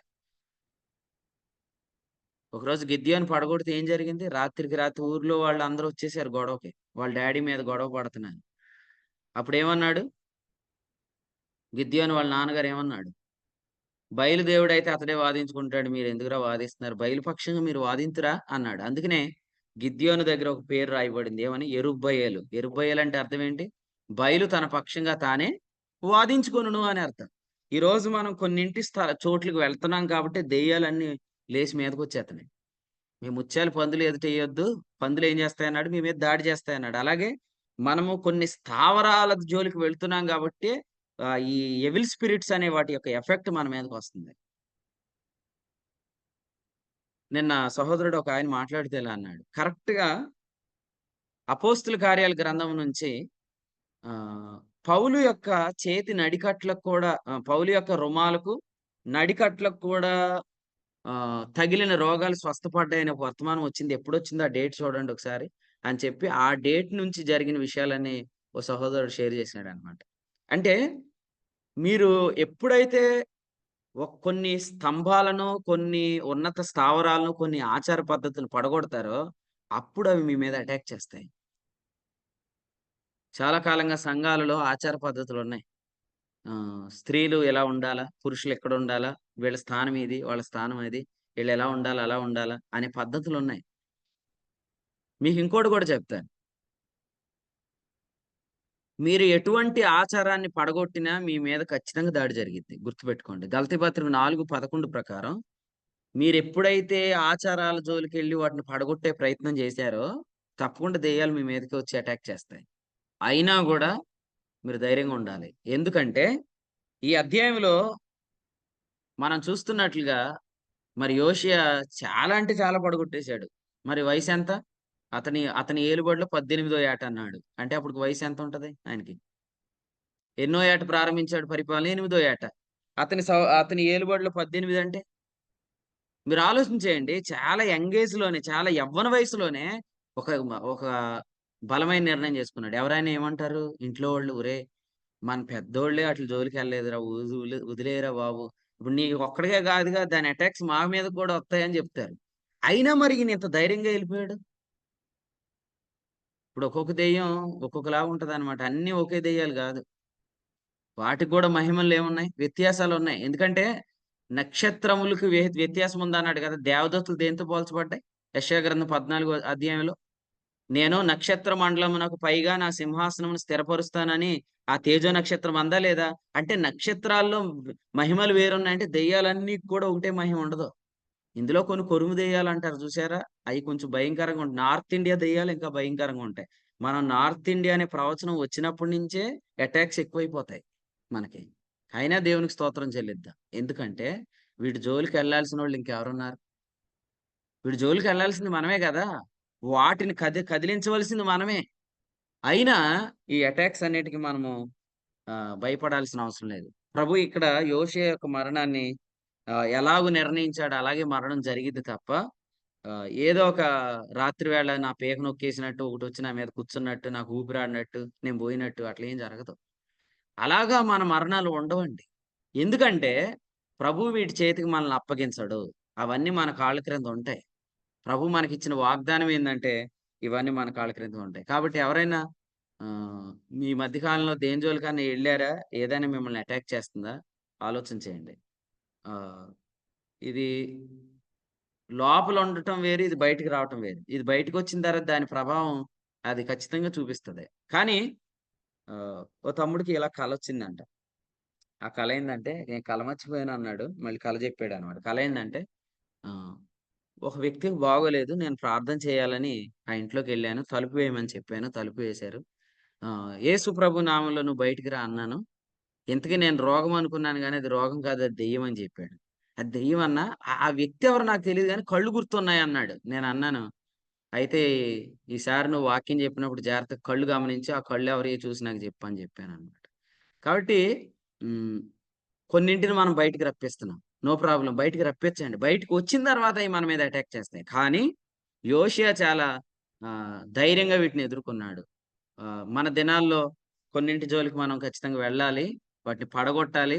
ప్రభు బల్ల నిలబెట్టాలంటే దెయ్యపు బల్ల ఏమవ్వాల? అది పడగొట్టబడాలి. ఆచారాల బల్ల పడగొట్టబడాలి. అపవిత్రాత్మల బల్ల పడగొట్టబడాలి. ఏవండీ మీరు ఆళ్ళ జోలికొత్తే ఆళ్ళు మా జోలికొత్తున్నారండి బాబు. మీరు ఆళ్ళని కదపకండి అని కొంతమంది ఈ ఉదయం నాకు మెసేజ్ పెట్టాలనుకుంటున్నారేమో. నేనిలా చెప్తాను. మీ మీదకొచ్చింది దెయ్యమే గాని ఆళ్ళు గాదు. కాబట్టి దెయ్యంతో మీరు పోరాటం చేయండి. దాన్ని మీరు వెళ్ళగొట్టండి మీరు గూడా. అంతే తప్ప ఎందుకులే దాన్ని అలా ఉండనీయండి అంటే అది అలాగే జూమ్ మీటింగ్‌లో జాయిన్ అయిపోతుంది. ఇప్పుడు జూమ్ మీటింగ్‌లో సత్యనారాయణ గారు ఏమని జాయిన్ చేసుకుంటున్నాడు? హోప్ నంబర్ అని జాయిన్ చేసుకుంటున్నాడు. కానీ ఇప్పుడు ఆడొక్కడే రావట్లేదుగా ఆడితో పాటు దెయ్యం వచ్చేత్తది. ఆమె ఒక్కతే రావట్లేదు ఆమెతో దెయ్యం వచ్చేత్తుంది. ఈయనకి తెలీదుగా ఆ విషయం. కూర్చొని చక్కగా ఏమనుకుంటుంది, ఇనేద్దాం వాక్యం అనుకుంటుంది. నాలాంటోడు ఏం చేత్తాడు? తగిలించుకుంటాడు దాన్ని. తగిలించుకున్నప్పుడు అబ్బే! నాకు వాక్యం ఇనబుద్ధి ఎత్తలేదు అంటది. నీకెందుకు ఇనబుద్ధి ఎయట్లేదు తెలుసా? లోపల అది ఉంది కాబట్టి. మరి దాన్ని ఎల్లగొడతాను నువ్వు ఉండంటే, లేదు లేదు లేదు దాన్ని ఎల్లగొడితే ఎలాగ నేనే ఎళ్ళిపోతానని ఎళ్ళిపోతుంది. నువ్వు ఎంతకాలం పారిపోతావు? తలుపులేసి కూర్చోబెట్టి ఎల్లగొడతాను చూసుకో మరి. వాక్యంలో అలాగే ఉంది. ఖచ్చితంగా దేవుని చిత్తం ఏందంటే, మనం దెయ్యపు బలను పడగొట్టాలి. ప్రభు బలను నిలబెట్టాలి. అంతేగాని 2 ఉండటానికి వీల్లేదు. ఏలీ ఏం చెప్పాడు? ఇంకెంతకాలం మీరు 2 తలంపుల మధ్య అన్నాడు. ఇంకెంతకాలం? ఓ బలిపీఠం పడగొట్టండి. ఓ బలిపీఠం నిలబెట్టండి. దేవుడా? బయలును ఆరాధిద్దాం. ఆ బలిపీఠమే ఉండాలి. అప్పుడు ఈ బలిపీఠం పడగొడదాం. ఒకవేళ యెహోవాయే దేవుడా? ఈ బలిపీఠం ఉండాలి. ఆ బలిపీఠం ఉండకూడదు. ఒక్కటే బలిపీఠం ఉండాలి. ఒక్కటే బలుండాలి. సో, ఈ జనరేషన్‌లో గాస్పెల్ ఎప్పుడైతే రీడిఫైన్ అయిందో, ప్రభు బల్ల కూడా రీడిఫైన్ అయితది. ఖచ్చితంగా అది తిరిగి నిర్వచించబడిద్ది. అందుకనే ఆహ్, ఈ పరిచర్య ప్రారంభించిన కొన్ని దినాల్లోనే నెలకు ఒకసారి ప్రభు బల్ల తీసుకునే వాళ్ళందరూ ప్రతి ఆదివారం ప్రభు బల్ల తీసుకుంటున్నారు. ఇంకా చెప్పాలంటే ప్రతి దినం ప్రభు బల్ల తీసుకునే వాళ్ళు గూడా ఉన్నారు. ఇంకా బాగా చెప్పాలంటే ప్రభు బలను వివేచించి తినేవాళ్ళ సంఖ్య పెరిగింది ఇప్పుడు. నేనేమంటానంటే ఇంకా ప్రభు బలను అనేక చోట్లకు మనం తీసుకొని వెళ్ళాలి. ప్రభు బల అర్థం కావాలి. ప్రభు బలను అందరూ అర్థం చేసుకోవాలి. అట్లాగా అర్థం చేసుకున్న రోజున ప్రభు పని ఇంకా బాగా జరుగుతుంది అని అర్థం. కాబట్టి ఈ అధ్యాయాన్ని బట్టి నేనైతే ప్రభుని స్తుతిస్తున్నాను. ఆఖరి ఒక మాట నేను చెప్పి ముగిస్తాను. ఈ అధ్యాయంలో బల్ల గురించి మనం విన్నాం. మొదటిగా ఒకటి దెయ్యపు బల్ల, ఒకటి ప్రభు బల్ల. దెయ్యపు బల్ల పడగొట్టబడాలి, ప్రభు బల్ల నిలబెట్టబడాలి అని విన్నాం. నెక్స్ట్‌ది పస్కా పండుగ గురించి మనం చదువుకున్నాం. పస్కా పండుగ దగ్గర ఏం రాశాడంటే 22వ వచనం చూడండి. 23, 22 ఇశ్రాయేలీలకు న్యాయం నడిపించిన న్యాయాధిపతులున్న దినముల నుండి ఇశ్రాయేలు రాజుల యొక్కయు యోధా రాజుల యొక్కయు దినములన్నిటి వరకు ఎన్నడూనూ జరగనంత గొప్పగా ఆ సమయం ఉంది పస్కా పండుగ ఆచరించబడింది. దేవునికి స్తోత్రం. న్యాయాధిపతులు ఏలిన కాలం ఎక్కడ? రాజుల కాలం ఎక్కడ? మీరు ఆలోచన చేయండి. న్యాయాధిపతులు ఏలిన కాలం నుంచి జరగనంత వైభవంగా పస్కా పండుగ జరిగింది. ప్రభు బల్ల అనేది ఎప్పుడైతే సరిగ్గా జరిగిద్దో ప్రభు బల్ల దగ్గర చెల్లించే స్తుతులు కూడా అంతే అద్భుతంగా ఉంటాయి. ఇదివరకు స్తుతులు ఎలా ఉండేయంటే రోజంతా కాపాడు, వారమంతా కాపాడు, నీ రెక్కల కింద కాపాడు, రాత్రి కాపాడు, ఉదయం కాపాడు, మమ్మల్ని కాపాడు, మా అక్కను కాపాడు, మా చెల్లిని కాపాడు. ఎక్కడ ప్రభు బల్ల దగ్గర స్తోత్రాలు ఇలా చెల్లించేవారు. ఇప్పుడు ప్రభు బల్ల దగ్గర స్తోత్రాలు ఎలా చెల్లిస్తున్నాం? దాన్ని వివేచించి వచ్చిన వర్తమానాన్ని అనుసరించి మనం స్తోత్రాలు చెల్లిస్తున్నాం. దీన్ని ఏమంటాం? పస్కా పండుగ న్యాయాధిపతులు ఏలినప్పటి నుంచి జరగనంత ఘనంగా జరగటం అంట. మీలో ఎంతమంది ప్రతి ఆదివారం స్తోత్రాలు చెల్లిస్తున్నారు ప్రభు బల్ల దగ్గర? నేను మళ్ళీ చెప్తున్నాను. తిప్పరాజుపాలెంలో ఆరాధన క్రమం కూడా స్టార్ట్ చేశాము. అప్పుడు చెప్పాను ఎట్లా చేయిస్తే మనం కరెక్ట్‌గా వివేచించి తినొచ్చని. మీరు అలాగే చేస్తున్నారని నేను నమ్ముతున్నాను. ప్రభు బల్లను మనం తీసుకునేటప్పుడు ఖచ్చితంగా ఫస్ట్ ప్రభు బల్లను గురించిన వర్తమానం ఉండాలి. ఆ తర్వాత వర్తమానాన్ని అనుసరించి అందరూ స్తోత్రాలు చెల్లించాలి. సహోదరులు, సహోదరీలు అందరూ కూడా ప్రభువు యొక్క వర్తమానాన్ని అనుసరించి స్తోత్రాలు చెల్లించాలి. చెల్లించిన తర్వాతే ప్రభు బల్ల తినాలి. అంతే తప్ప ఒకళ్ళు స్తోత్రం చెప్పేసి రొట్టె తినేయకూడదు. ఎందుకంటే ఇది ప్రతి ఒక్కరు కూడా జిహ్వా ఫలం సమర్పించే సమయం. అందుకనే హెబ్రీ పత్రిక 13వ అధ్యాయంలో మనకొక బలిపీఠం ఉన్నది అన్న తర్వాత ఏం చెప్పాడు? ఆ తర్వాత రాస్తూ అన్నాడు, జిహ్వా ఫలము అర్పించుదుము అన్నాడు. స్తుతియాగము చేయుదుము అన్నాడు. కాబట్టి ఖచ్చితంగా బలిపీఠం దగ్గర స్తోత్రాలు చెల్లించాలి. అక్కడ మనం ప్రార్థన చేయకూడదు. ప్రభువా నాకు కాళ్ళు నొప్పులుగా ఉన్నాయి నాయన, నాకు సహాయం చేయి నాయన.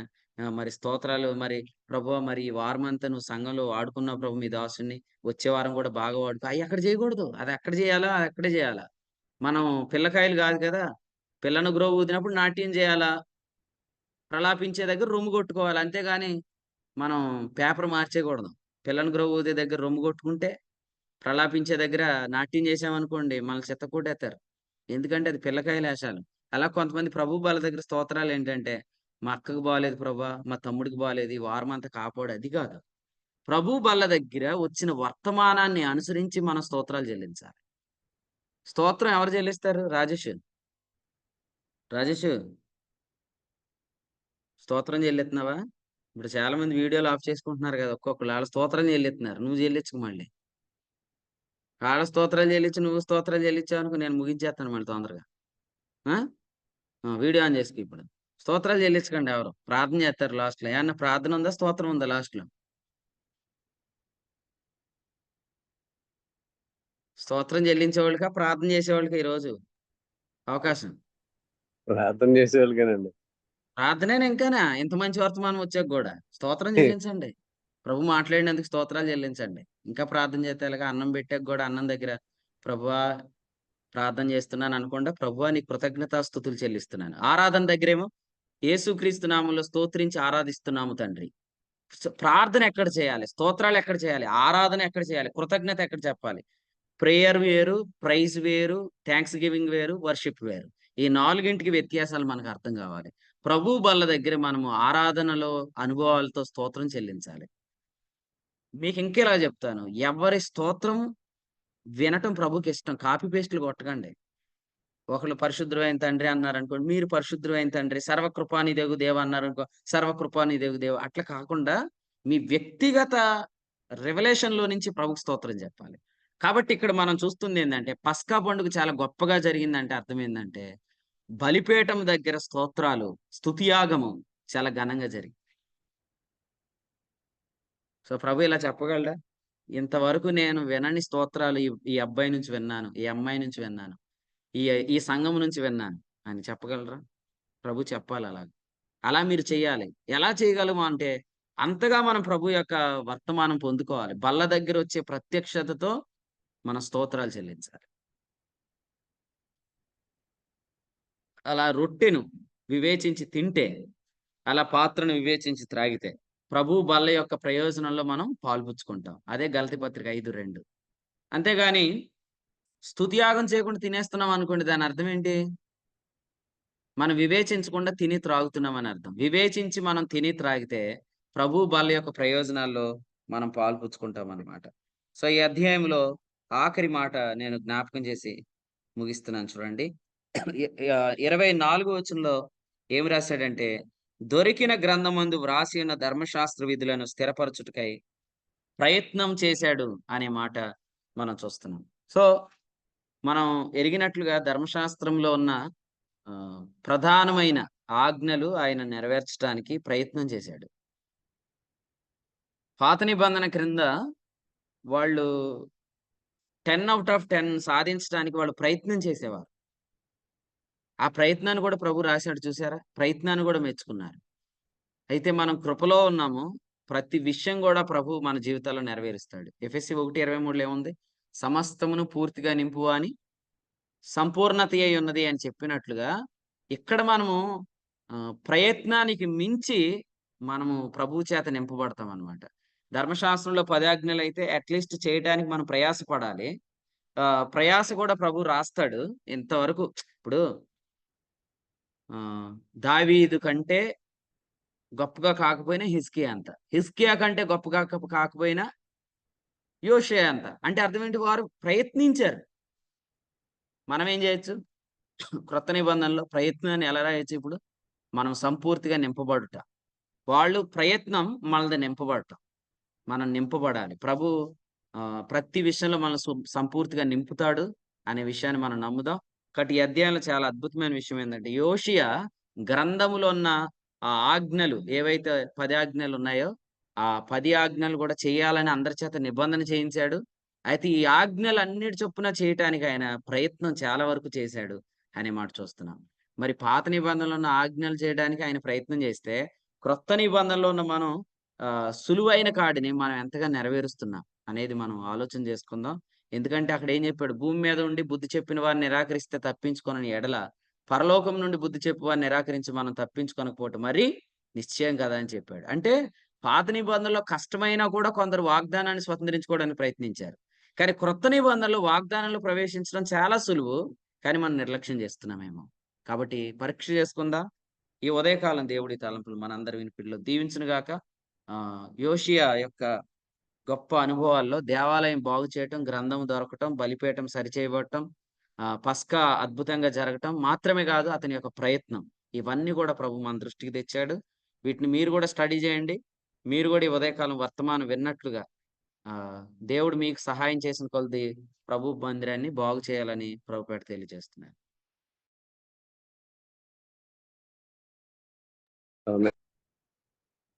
రెండో గ్రంథం 23వ అధ్యాయం నుంచి గారు ఏ విధంగా అయితే ఆయన దేవుని మందిరం బాగు చేసే క్రమంలో ఆయనకి ధర్మశాస్త్రం గ్రంథం కనిపించినప్పుడు తాను ఏ విధంగా అయితే ఆయన ఉన్నటువంటి వాస్తవ పరిస్థితిని గ్రహించి ఏ విధంగా అయితే ఆయన బట్టలు చింపుకొని ఆయన మందిరాన్ని బాగు చేసే క్రమంలో ఆయన ఉన్నతమైనటువంటి స్థలాల్లో ఉన్నటువంటి ఆ యొక్క ప్రతి దాన్ని కూడా పడగొట్టి, ఆ యొక్క దేవతా విగ్రహాలను అలాగే బలిపీఠాలను, దెయ్య బలిపీఠాలను అన్నింటినీ పడగొట్టి నిజంగానే ఆయన నిజమైనటువంటి బల్లను ఆయన వారికి బలిపీఠాన్ని కట్టి, తర్వాత పస్కా పండుగను ఆచరించి ఘనంగా పస్కా పండుగను ఆచరించి ఆయన ఏ విధంగా అయితే ధర్మశాస్త్ర గ్రంథాన్ని నెరవేర్చడానికి ప్రయత్నం చేశారు అన్న విషయాన్ని జ్ఞాపకం చేస్తూ, మనం కూడా ఎప్పుడైతే ప్రభు కనిపించకపోతే, ధరలో ఉన్నటువంటి ప్రభు కనిపించకపోతే, మనకు పేతురు గారికి ఏ విధంగా అయితే రాత్రంతా ప్రయాసపడినా ఆయన ప్రభు సుమి అని యోహాన్ గారు చెప్పే వరకు కూడా పేతురు గ్రహించలేని క్రమంలో ఆయన దిగంబరునని వస్త్రహీనుడిని గ్రహించలేని పరిస్థితిలో ఆయన ఉన్నట్టుగా మనం కూడా ఈ రోజున గ్రంథం తెరిచినప్పుడు మనకు ప్రభు కనపడకపోతే మన దిగంబరత్వం కనిపించక మనం మనకంటే తక్కువ వారితో పోల్చుకొని గర్వంతో మనం ముందుకు కొనసాగుతామని. అయితే మనం చేసే పరిచర్య దేవుని శక్తితో చేయాలి, కానీ మన శక్తితో చేసినప్పుడు దాన్ని బట్టి మనం అతిశయిస్తాం, గర్వపడతాం. ఎప్పుడైతే దేవుని శక్తితో చేసిన పని మాత్రమే క్రీస్తు న్యాయపీఠంతో లెక్కించబడుతుందని హెబ్రీ పత్రికలో 11 అధ్యాయాలు కాదు 12 అధ్యాయం కూడా ఉంది. కాబట్టి మనందరం కూడా క్రీస్తు న్యాయపీఠం ఎదుట నిలబడాలి. కాబట్టి మనం చేసిన పనికి నా కుమారి నీ పని ఎట్లా జరిగిందని ఏ విధంగా అయితే రూతు గ్రంథంలో అడిగినట్లుగా మనల్ని కూడా మన పని కూడా లెక్కించబడుతుందని ఆ రోజున మీ దగ్గర పిల్లలారా మీ దగ్గర భోజనానికి ఏమైనా ఉన్నాయా అని ప్రభు అడుగుతాడని. కాబట్టి ప్రతి ఒక్కరం కూడా మన పని విషయంలో జాగ్రత్త కలిగి ఉండాలని విషయాన్ని కూడా ప్రభు జ్ఞాపకం చేశారు. అలాగే బలిపీఠం యొక్క ప్రాముఖ్యత మనందరికి కూడా వివేచించి బలం తీసుకునే గ్రహింపు మన అందరికి ప్రభు అనుగ్రహించాడు. కాబట్టి ఈ గ్రహింపుతో మనందరం కూడా స్తోత్రాలు చెల్లించాలని. కాబట్టి ప్రభు రాకడ సమీపంగా ఉంది. మనం ప్రతి విధమైనటువంటి ఆ యొక్క దెయ్య బలిపీఠాలను అన్ని పడగొట్టాలంటే ముందుగా మనం వివేచించి స్తోత్రాలు చెల్లించాలన్న విషయాన్ని కూడా ప్రభు కాబట్టి జ్ఞాపకం చేశారు. మన అందరం కూడా సులువైన కాడి కింద వచ్చాం. కాబట్టి సులువైన కాడి కింద మన యొక్క పనిని సంపూర్ణంగా ముగించాలని ప్రభు ఈ యొక్క వర్తమానం ద్వారా దాసులను వాడుకొని అందించారు. సమయంలో ముగింపు ప్రార్థన ప్రియులు మంగళగిరి ప్రాంతం నుంచి మనతో సహవాసం చేస్తున్న ప్రియులు తమ్ముడు ప్రదీప్ గారు ముగింపు ప్రార్థన చేస్తారు. కోరికను ముగింపు చేసుకుందాం. ఈరోజు సాయంత్రం 6:30కి రాజమండ్రిలో, 8:30కి కుమారదేవంలో బైబిల్ స్టడీ ఉంటుంది. ప్రార్థన చేయండి. కోరికలో ఆ విధాలకు సహకరించిన ప్రియులకు, వర్తమానం అందించిన దేవుని సేవకులకు, కోరికలు ఇప్పటివరకు నిలిచి వర్తమానం ప్రియులందరికీ వందనాలు తెలియజేస్తున్నాం. ముగింపు ప్రార్థన ప్రియులు తమ్ముడు ప్రదీప్ గారు చేస్తారు. కోరిక ముగింపు చేసుకున్నాం. వందనాలు తమ్ముడు. ప్రార్థన చేసుకుందాం. కృపా కనికరములు కలిగిన మా ప్రియ పరలోక తండ్రి, జీవము గలనైన జీవాధిపతి యేసుక్రీస్తు నీ ఘనమైన నామములకు బంగారు పాదములకు వేలాది స్థుతులు స్తోత్రములైన గడిచిన కాలంతో కాచి రక్షించి మరొక దినాన్ని వేగుజామంలో ఆయన మరి మమ్మల్ని నాయన మరి ఆత్మచేత పురుకొల్పి సమయాన్ని ఇచ్చి నాయన మరి నీ యొక్క సమయాన్ని నీ యొక్క సన్నిధి కాంతిని కలిగి ఉండే కృపను మాకు అనుగ్రహించిన విధానం బట్టి స్తోత్రములు తండ్రి. ఉదయకాల సమయంలో నాయన మరి నీ సేవకుని నిలబెట్టి నాయన మరి ఆత్మ సహాయంతో మీరు అందించిన వర్తమాన వాక్యానికే నీకు వేలాది స్తుతులు స్తోత్రములు తండ్రి. అవును ప్రభా, నాయన మరి భవిష్య జీవితం ఆయన మరి మా ముందుంచారు, అందరిని బట్టి నీకు స్తోత్రం. అవును ప్రభా, ప్రణాళికలో నాయన మరి రాజును నిలబెట్టి నాయన మరి మందిరం బాగు చేసే నాయన మరి విధానాన్ని, తద్వారా ఆ మందిరం బాగు చే దొరికిన ధర్మశాస్త్రాన్ని, తద్వారా నాయన మరి పస్కా పశువును ఆచరించే విషయంలోను, తర్వాత మరి ధర్మశాస్త్ర గ్రంథాన్ని ధ్యానించే నాయన వాటి విధులు నిర్వర్తించే విషయంలో ప్రయత్నాన్ని, నాయన మరి అట్టి విషయంలో ఆయన కలిగిన గ్రహింపులు నాయన మరి ఆ బిడ్డ ఏ రీతిగా అయితే నాయన మరి ఆ బలిపీఠంలో పడగొట్టి నూతన బలిపీఠంలో మరలా కట్టించి నాయన మరి ఈ యొక్క ఆరాధన స్థిరపరిచాడు. ఆయన మరి అన్నిటి విషయంలో నాయన మరి మీరు మాకు నాయన ఆత్మ సహాయంతో అందించిన మాటలను బట్టి నీకు వేలాది స్తుతులు స్తోత్రములు ఆయన. అవును ప్రభువా,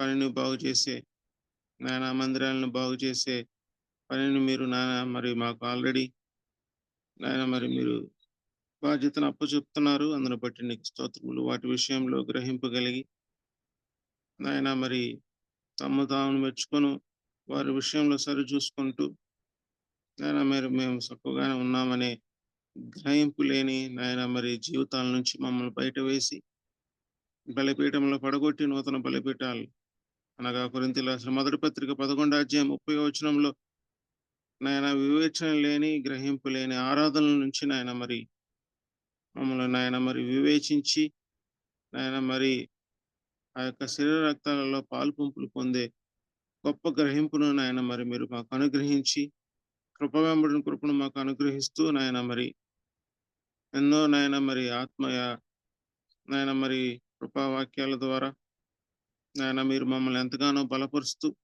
స్థిరపరుస్తూ ముందుకు నడిపిస్తున్న విధానం బట్టి స్తోత్రములు తండ్రి. అవును ప్రభా, నీ యొక్క వాక్యాన్ని నాయన మరి మా హృదయంలో ఎంతవరకు ధ్యానిస్తున్నాం అనే విషయాన్ని మీరు మమ్మల్ని హెచ్చరించారో అందును బట్టి నీకు స్తోత్రములు ప్రభా.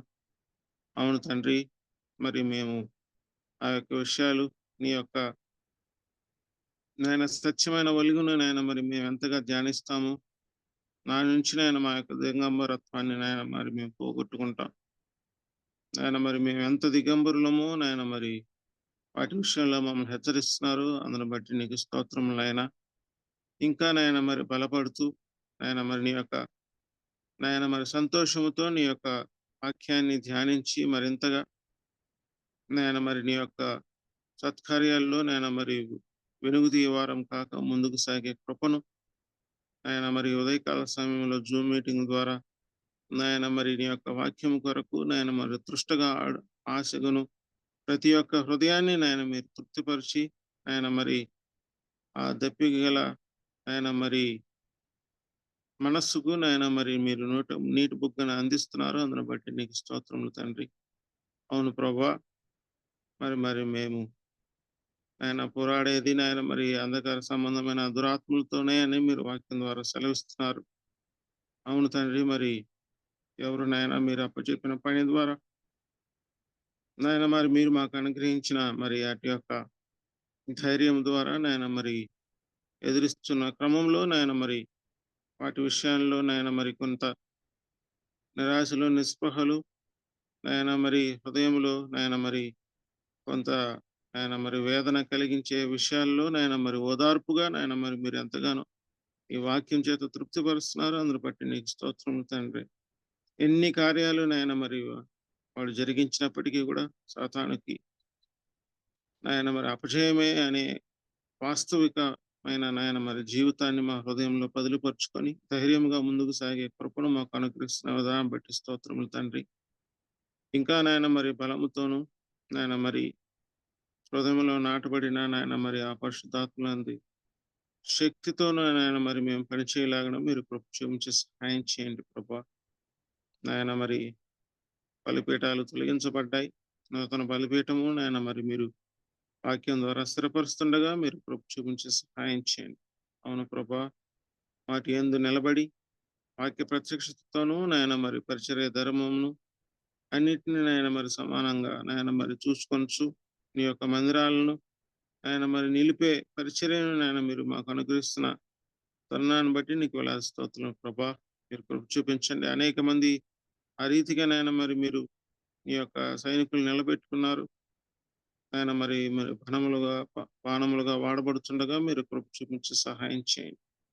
ప్రతి ఒక్క సేవకుని మీరు జ్ఞాపకం చేసుకోనండి. వారు జరిగిస్తున్న సేవా పరిచర్యలు మీరు నిండాలుగా తోడుగుండి సహాయం చేయండి ప్రభా. జూమ్ కూడిక ద్వారా ఎందరైతే నాయన మరి అటెండ్ అయ్యి నీ యొక్క వాక్య సత్యాలను హృదయాలను ఆదరింపబడి నాయన మరి వారి యొక్క వ్యక్తిగత జీవితాల్లోనూ విశ్వాస జీవితంలోనూ విశ్వాస పరిమాణం చొప్పున వారి యొక్క మహిమలను మీరు అందిస్తుండగా ఇంకా ఎక్కువ మహిమతో నాయన మరి ప్రతి ఒక్క బిడ్డను నాయన మరి మీరు ఆదరించి అవును ప్రభు, ప్రకటన గ్రంథం 4వ అధ్యాయం 1వ వచనంలో చెప్పిన రీతిగా ఆయన మరి మేము న్యాయపీఠం మీద ధైర్యంగా నిలబడటానికి పోవటానికి మీరు కృప చూపించి సహాయం చేయమని అన్ని విధాల అసంధికాన్ని తోడుగొంచున్నాం. ఈ సేవకుని నడిపిస్తున్న సత్యనారాయణను ప్రతి ఒక్క సేవకుల్ని మీరు జ్ఞాపకం చేసుకుని నిండాలుగా ఆశ్రదించి వారి సేవా పరిచర్యను విస్తరింపజేసి నాయన మరి అవును ప్రభా, ఈ యొక్క నాయన మరి సేవకుడు నిరీక్షించి ఇచ్చిన వాగ్దానాన్ని ప్రకారము ఆయన ఏర్పాటు విషయమైన గ్రహింపులు ఆ యొక్క